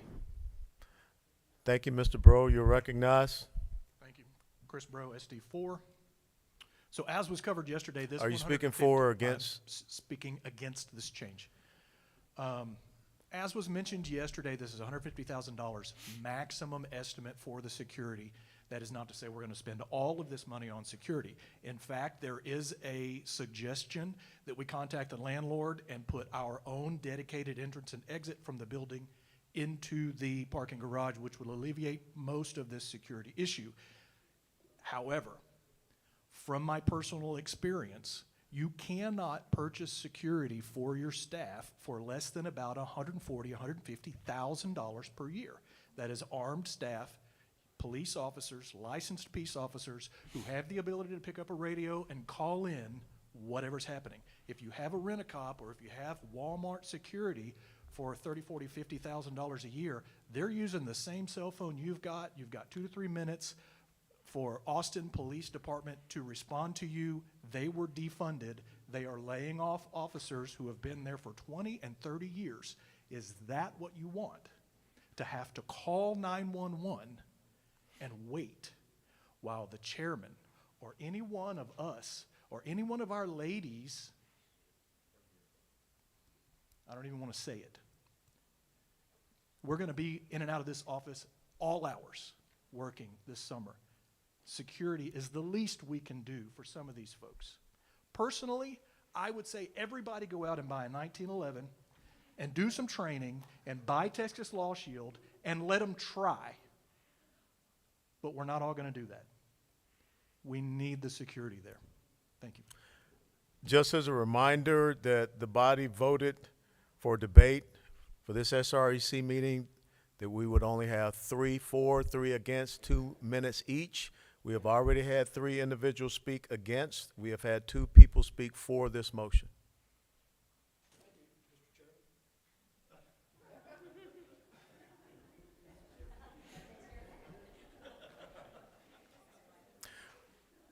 Are you ready for the question? There's only been 2. Does that mean I can speak again? No. Oh, darn.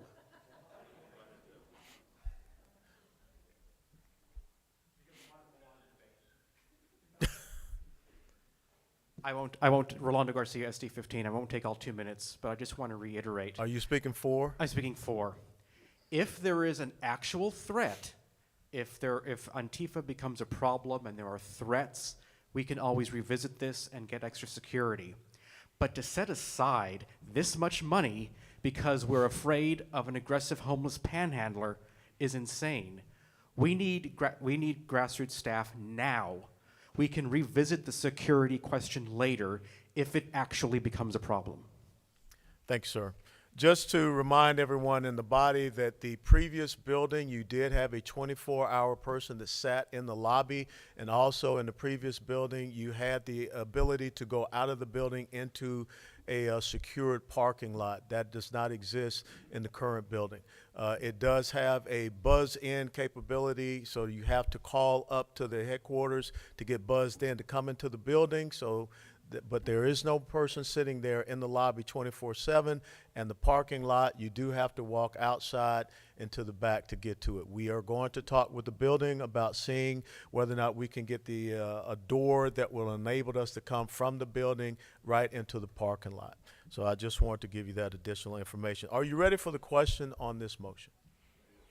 The motion before us is to move what is now $124,000 for security in the 2021 budget, making that $50,000 for security in the 2021 budget, $74,000 going to field staff, also having $74,000 as the wish list for security so that our budget is balanced. If you are for this motion, press the 1A for yay. If you're against it, it's 2B for nay. We're now open.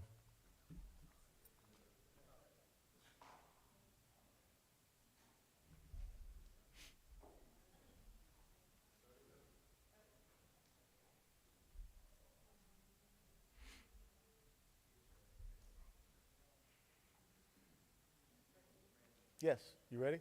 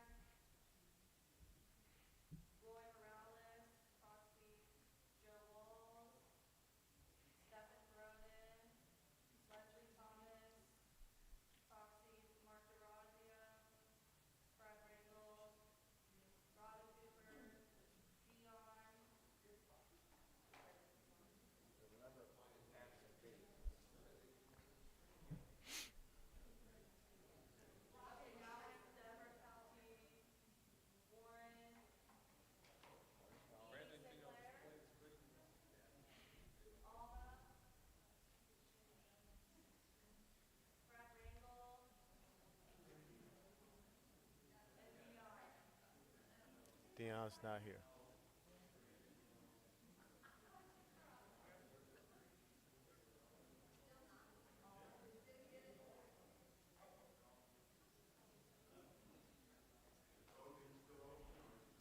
The voting is still open.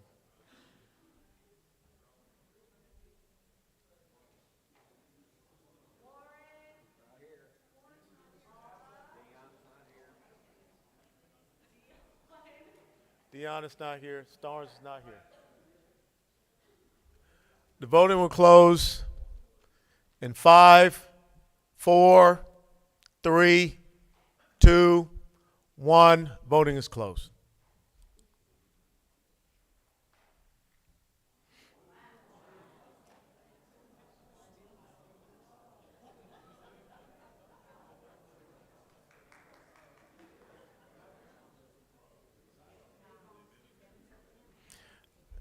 There are 31 yays and 30 nays, so the motion does carry.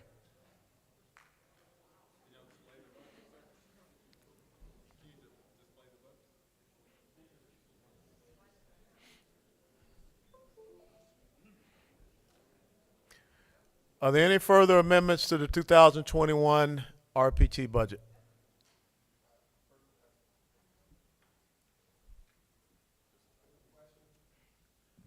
Point of information, Chris McDonald, SD6. Chairman, will the detail by month be adjusted so it equals what we've put out on the general? Yes. Thank you, sir. Any other amendments to the 2021 Republican Party of Texas budget?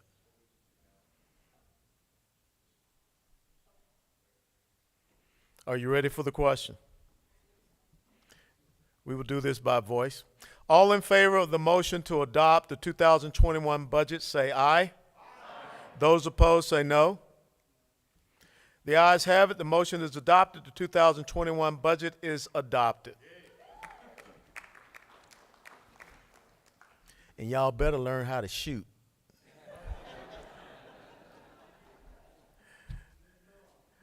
Next, we will have the report from the Candidate Resource Committee, Mr. Steve Adwell.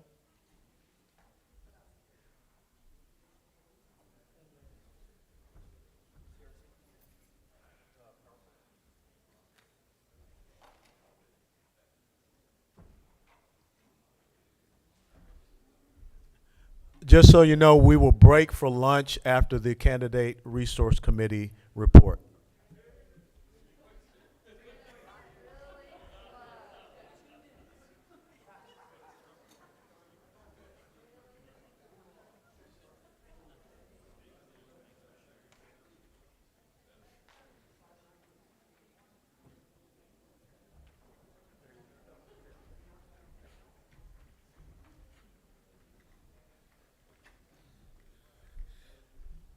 Good morning. I almost, what time is it now?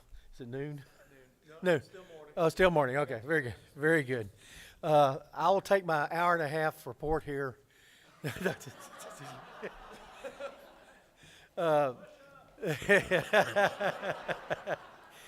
I want to first of all thank you guys for your last minute shoestring catch on the lower ballot stuff. We, from the time of the convention till actually a couple of days before the general election, the Tuesday election, people were still fighting to bring money in. And that was extremely important. We ran through the tape, the old track adage about you. But I don't look like I ran track, but I did back in junior high. But my dad used to say, you run through the tape. You keep running full speed, 3 or 4 steps after you break through the tape, and assuming you win. But that's what we did. We made an extraordinary effort here because we only had a little less than $50,000 at convention. And convention was our big fundraiser, which, you know, it didn't happen. It was an unmitigated disaster for the CRC, and because a lot of our money is raised right around either pre-convention or post-convention or during convention. A lot of people stepped up for this. We had some new blood come in. I want to single out one person in particular, Deborah Fight. Where are you? Stand up and curtsy. Where is she? But I'll just tell you about that woman has more energy than anybody I've ever seen. She's an Energizer bunny, and she had ideas. Some of them worked, some of them didn't. But she re-energized our committee because man, we were looking at a dire situation coming out of there. All the money was being sucked up by every group, from TLR to the individual caucuses and the campaigns, but we did succeed in getting us, as we'll see in a few minutes, where we are. Let me see the slides. Okay, next slide. I've got this thing. Hold on. Very good. This was our biggest obstacle. That ugly little bug there completely, rightly or wrongly, disrupted a lot of what we tried to do. What a lot we had to do is RPT and a lot of the campaigns, and we had to overcome and adapt. We also had the no more straight ticket voting. In some areas, they applauded this. In Tarrant County, we did not, for the large part because a lot of our judges and lower ballot people were relying on those coattails. We got an interesting situation where we actually had judges having to get out and campaign to keep their seats. We're going to do the key pins afterwards. Right after, when will be a good time? Right after we break here, then we can do it to the picture for the key pins. Okay. Oh no, I'm talking about after our report. We typically do pictures. And you come up here and read everybody's name off that's got a key pin. All right, so the people who have earned their key pins for donations of $1,000 or more are the following. Jerry Fisher. Do you want them to stand? Yeah, all right, y'all can stand if you're here. Jerry Fisher. Janice Holt. Gwen Withrow. Bill Fairbrother. Joe Miller. Tom Nobis. I hope I said that right. Deborah Kelting, Steve Atwell, Ann Gebhardt, Susan Wright, Jill Glover, David Wiley, Gail Stanart, Susan Fountain,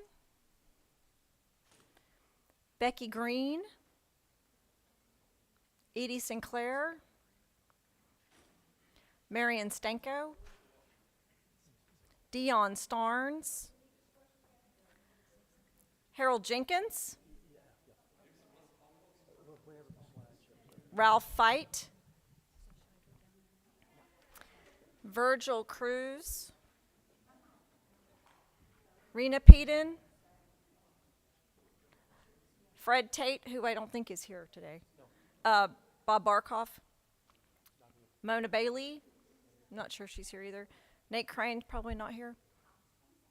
Tony Andeshield's not here, and of course our own Colonel Alan West. If I have forgotten anyone or left anyone off that you feel like you've earned your key pin, just let me know, please. And thank you.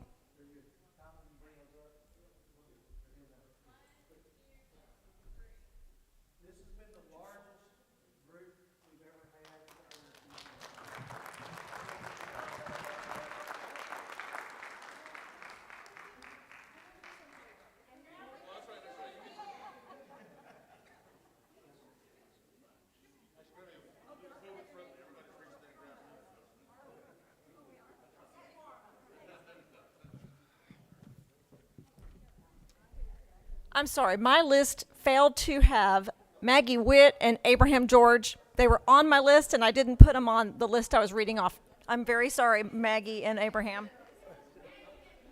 Maggie, get in front. Poor Maggie. Stand up, Maggie. Okay, taking a...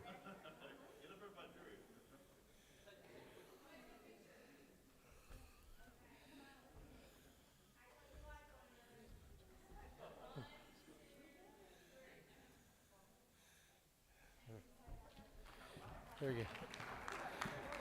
Thank you, guys. All right. Also, members of the Capital Club, the different groups, as soon as I can get my wife to finish these battle streamers for this campaign, they will be receiving those. And if you see my wife, she's got her sewing machine up in our room. She's a quilter, and so she snatches any opportunity to quilting. Let's see. All right. Next, I'm going to have our vice chair real quick thank our committee members. Okay, first, it's 66 degrees in here. I'm a little cold. Also, there was a question about why some of the females would not do the push-ups. I challenged the chairman if he would like to do push-ups in a dress. I will do push-ups in a dress. So, okay. First of all, I am not identifying as anything. Therefore, I will not be doing push-up in a dress. Okay. All right. Where are our... I need to find my list now. Where's the list? You can read it off. Oh. Well, you guys can read that. Here, Edie. Okay.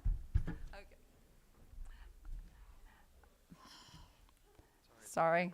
Okay. No, it's not that it's not bright. My eyes got old. Okay. I would like to thank our chair, especially Steve Atwell. We have Marion Stanko, Abraham George, Bill Fairbrother, Dion Starnes, Deborah Kelling Fight, Janice Holt, Gwendolyn Winthrow, Chris Coons, Ann Gebhardt, Joe Walsh, Alan West, our chair, and Kat Parks, our state vice chair. We have Virgil Cruz, Harold Jenkins, Fred Tate, Bob Borochoff, Mona Bailey, Ron Hines, Amy Powell, Kieran Newton, Ralph Fight, and Nate Crane. Please give everyone a hand. It's a lot of work. Here we go. I'm going to turn it over real quick to Virgil. Virgil's run some statistics about what we did with the money. I've been chairman. This is my third term. We made a lot of changes in the way we do things, just to try to modernize everything from the way you apply to the way we vet you and everything else. We have approximately in the last 6 years raised close to $500,000 to the lower ballot. And this was a tougher year. If we hadn't, we would have shattered that record. And you know, hopefully this next 2 years we'll be bug free and ready to fight. But Virgil, I'm turning it over to you. I hate to be the last person before lunch, man. What a. But I did throw some statistics together. I know the people in this room, by and large, raised the money. So I want you all to know how your money was spent.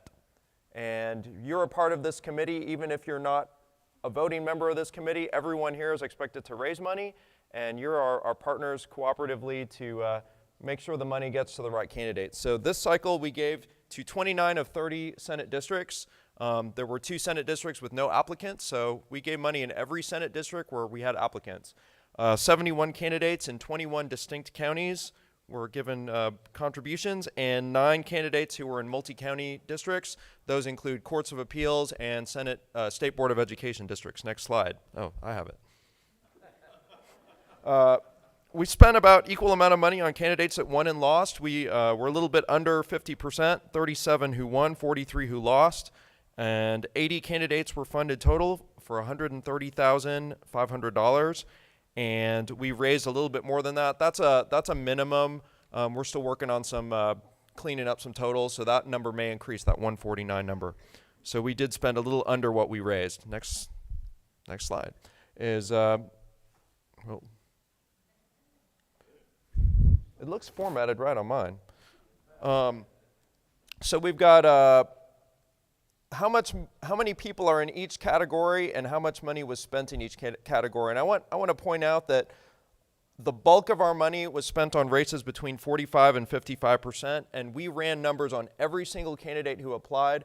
What did Trump get in that district? What did Governor Abbott get in that district? What did Ted Cruz get in that district? We made sure that our money was being spent, yes, on races that were going to be long shots, but primarily on races that we had a good shot at winning or that we wanted to make sure we didn't lose.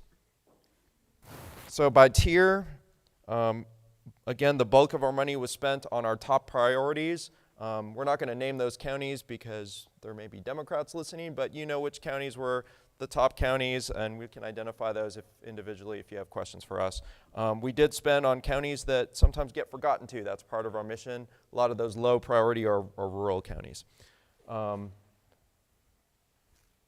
By county type, I think that's self-explanatory. So how many won, how many lost in each of those types? For example, urban would be Harris, Dallas. Medium would be like Jefferson or Nueces. Large suburban would be like Collin or Williamson or Fort Bend. And then mixed multi-county are those multiple county districts. And then I broke it up by county. I won't go through that. So win-loss and amount spent in each county. And then the multi-county districts. Let me go back to something here. Yeah. That second column is not showing up, but there's a second column there. Are you using the PDF version?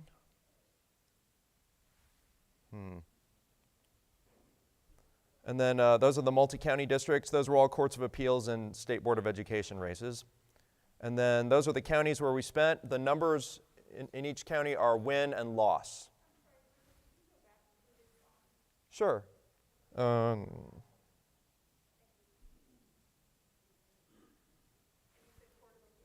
Courts of Appeals and State Board of Education. We did 3 State Board of Education and 6 Courts of Appeals, I believe. And then those are the single county candidate races, again, and the multi-county. Color coding's a little crazy there, but those races are identified. And then finally, these are the races we spent on. And then these were our closest races. So you notice that some of those were painfully close. I want to point out the one in Harris County was super close, and we invested on races where you're going to win some, you're going to lose some. So if anyone has any questions about the specific data, I'd be glad to answer them off individually. And thank you so much again for all of your support for the CRC. I'm going to turn it back over to our committee chair real quick to wrap it up. Thank you again. Thank you, Virgil. In conclusion, if I can, that's the last slide. The campaign for 2012 begins now. Let's start gearing back up. Let's start figuring out. We're figuring out what we did right, what we did wrong, capitalize on it, and start raising money. And let's go find somebody in a blue jersey and kick their butts. Thank you. You have a question? Yeah, just a quick point of information. That's Sure. a lot of data. If people want to see it, they can probably contact the committee and get, if they want to drill down into it and look Exactly. outside the meeting, we'd be happy for them to do that. Exactly. As long as you don't share it with a Democrat state organization, we're good. Thank you. We have one other award to be given out, and I will call on Mitch Carney, our political director, to present that award. Thank you, Chairman. My name is Mitch Carney. I'm not a phenomenal public speaker, so please bear with me.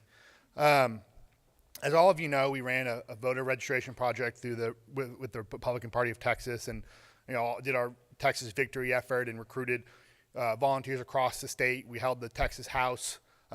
We held the congressional seats, and we did phenomenally better than I think anyone thought we were going to do. And as I've been thinking and talking with staff and reviewing what we've done and what we want to do further, it dawned on me that there was someone who had been helping us this entire time who hadn't been mentioned and hadn't been recognized. And so I would like to take the opportunity now to recognize that person. As many of you know, we have the Steve Munistery Volunteer Award that's given out every year to an individual who had gone above and beyond to help keep Texas red. Throughout the 2020 election cycle, one name was constantly brought up in all of our conversations with staff, with candidates, with volunteers. This person traveled across the state speaking to new Republican volunteers we've recruited. They talked to Republican clubs. They were promoting Republican efforts up and down the ballot. This individual was instrumental in our voter registration project. They donated hundreds of hours helping us recruit volunteers, speaking on our behalf, helping us build relationships with people who in the past probably wouldn't have wanted to work with us. They helped recruit, just so you know, over 5,000 volunteers to help with our effort. And we ended up registering the party side over 212,000 Republicans that helped us win this election cycle. And just so, metrics of what that looks like, they contributed to over 1 million door knocks, over 3.5 million phone calls, and over 24 million text messages. We ended up winning 4 races. These 4 races where our efforts were, undeniably the reason we won these seats and kept the Texas House. And we helped keep Beth Van Dunn. These efforts, without what we have done, this individual's efforts, we wouldn't have won those seats. And most importantly, this person did it with an attitude that was great. Always super positive. A lot of people called them a happy war attitude, which was infectious amongst our volunteers and staff. When things looked like it wasn't going well, they were always positive, always someone to lend an ear and talk to folks and help us walk through things. And this person right now is organizing over 100 volunteers to travel to Georgia in the coming days to help us keep the Senate. And she is a nonstop worker. And I would just like to recognize Rhonda Lacey for all her effort. And we could never have done this without her. And Rhonda.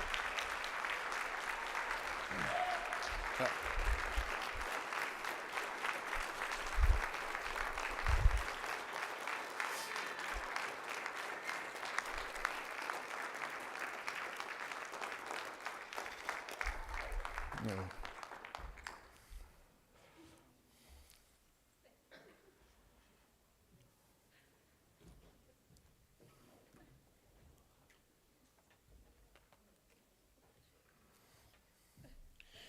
Thank you, Rhonda, for all of your help.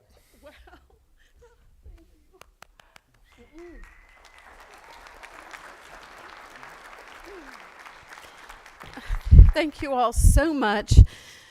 We love the state and we love our nation. I love this party. I love Mitch Carney here. He is incredible to work with, but to get the Steve Munistery Award is very, very meaningful to me. So thank you very, very much.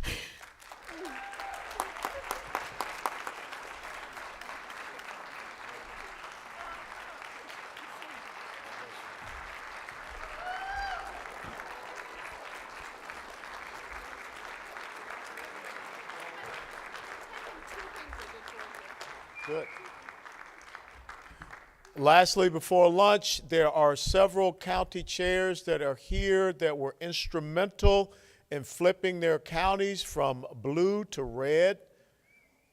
Please come on up here. If you want me to call you out, I'll be happy to do it. Frankie, come on. You're one of them. Frank, you're another one. Grace, where's your vice chair? Come on. Get on up here. These are the folks that make it happen.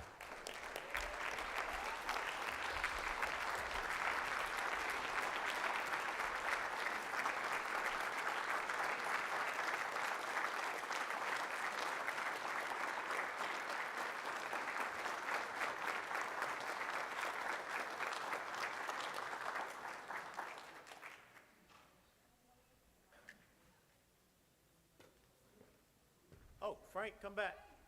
She want a picture. Oh, man.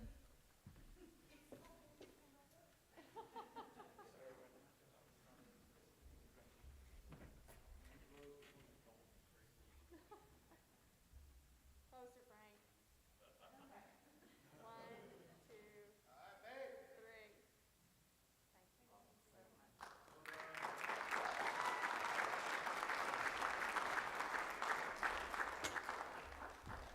Okay, it is 12:20. We will break for lunch and reconvene at 1 p.m., 1300 for all you military folks. And if you're an SREC member that I did not get a chance to give you one of our coins, please come up here and I'll get around to the staff as well. First thing we'll do after we have lunch, we have Judge Michelle Slaughter from our Criminal Courts of Appeals that is here, and she will give us a quick little update when we come back from lunch. God bless you all. Enjoy your lunch. And Chairman, if you don't mind me explaining how this is going to work, you see the folks are coming up with the lunches right now. They're going to feed you at your table, at your seat. So just stay in your seat and lunch will be served to you. Yes, sir.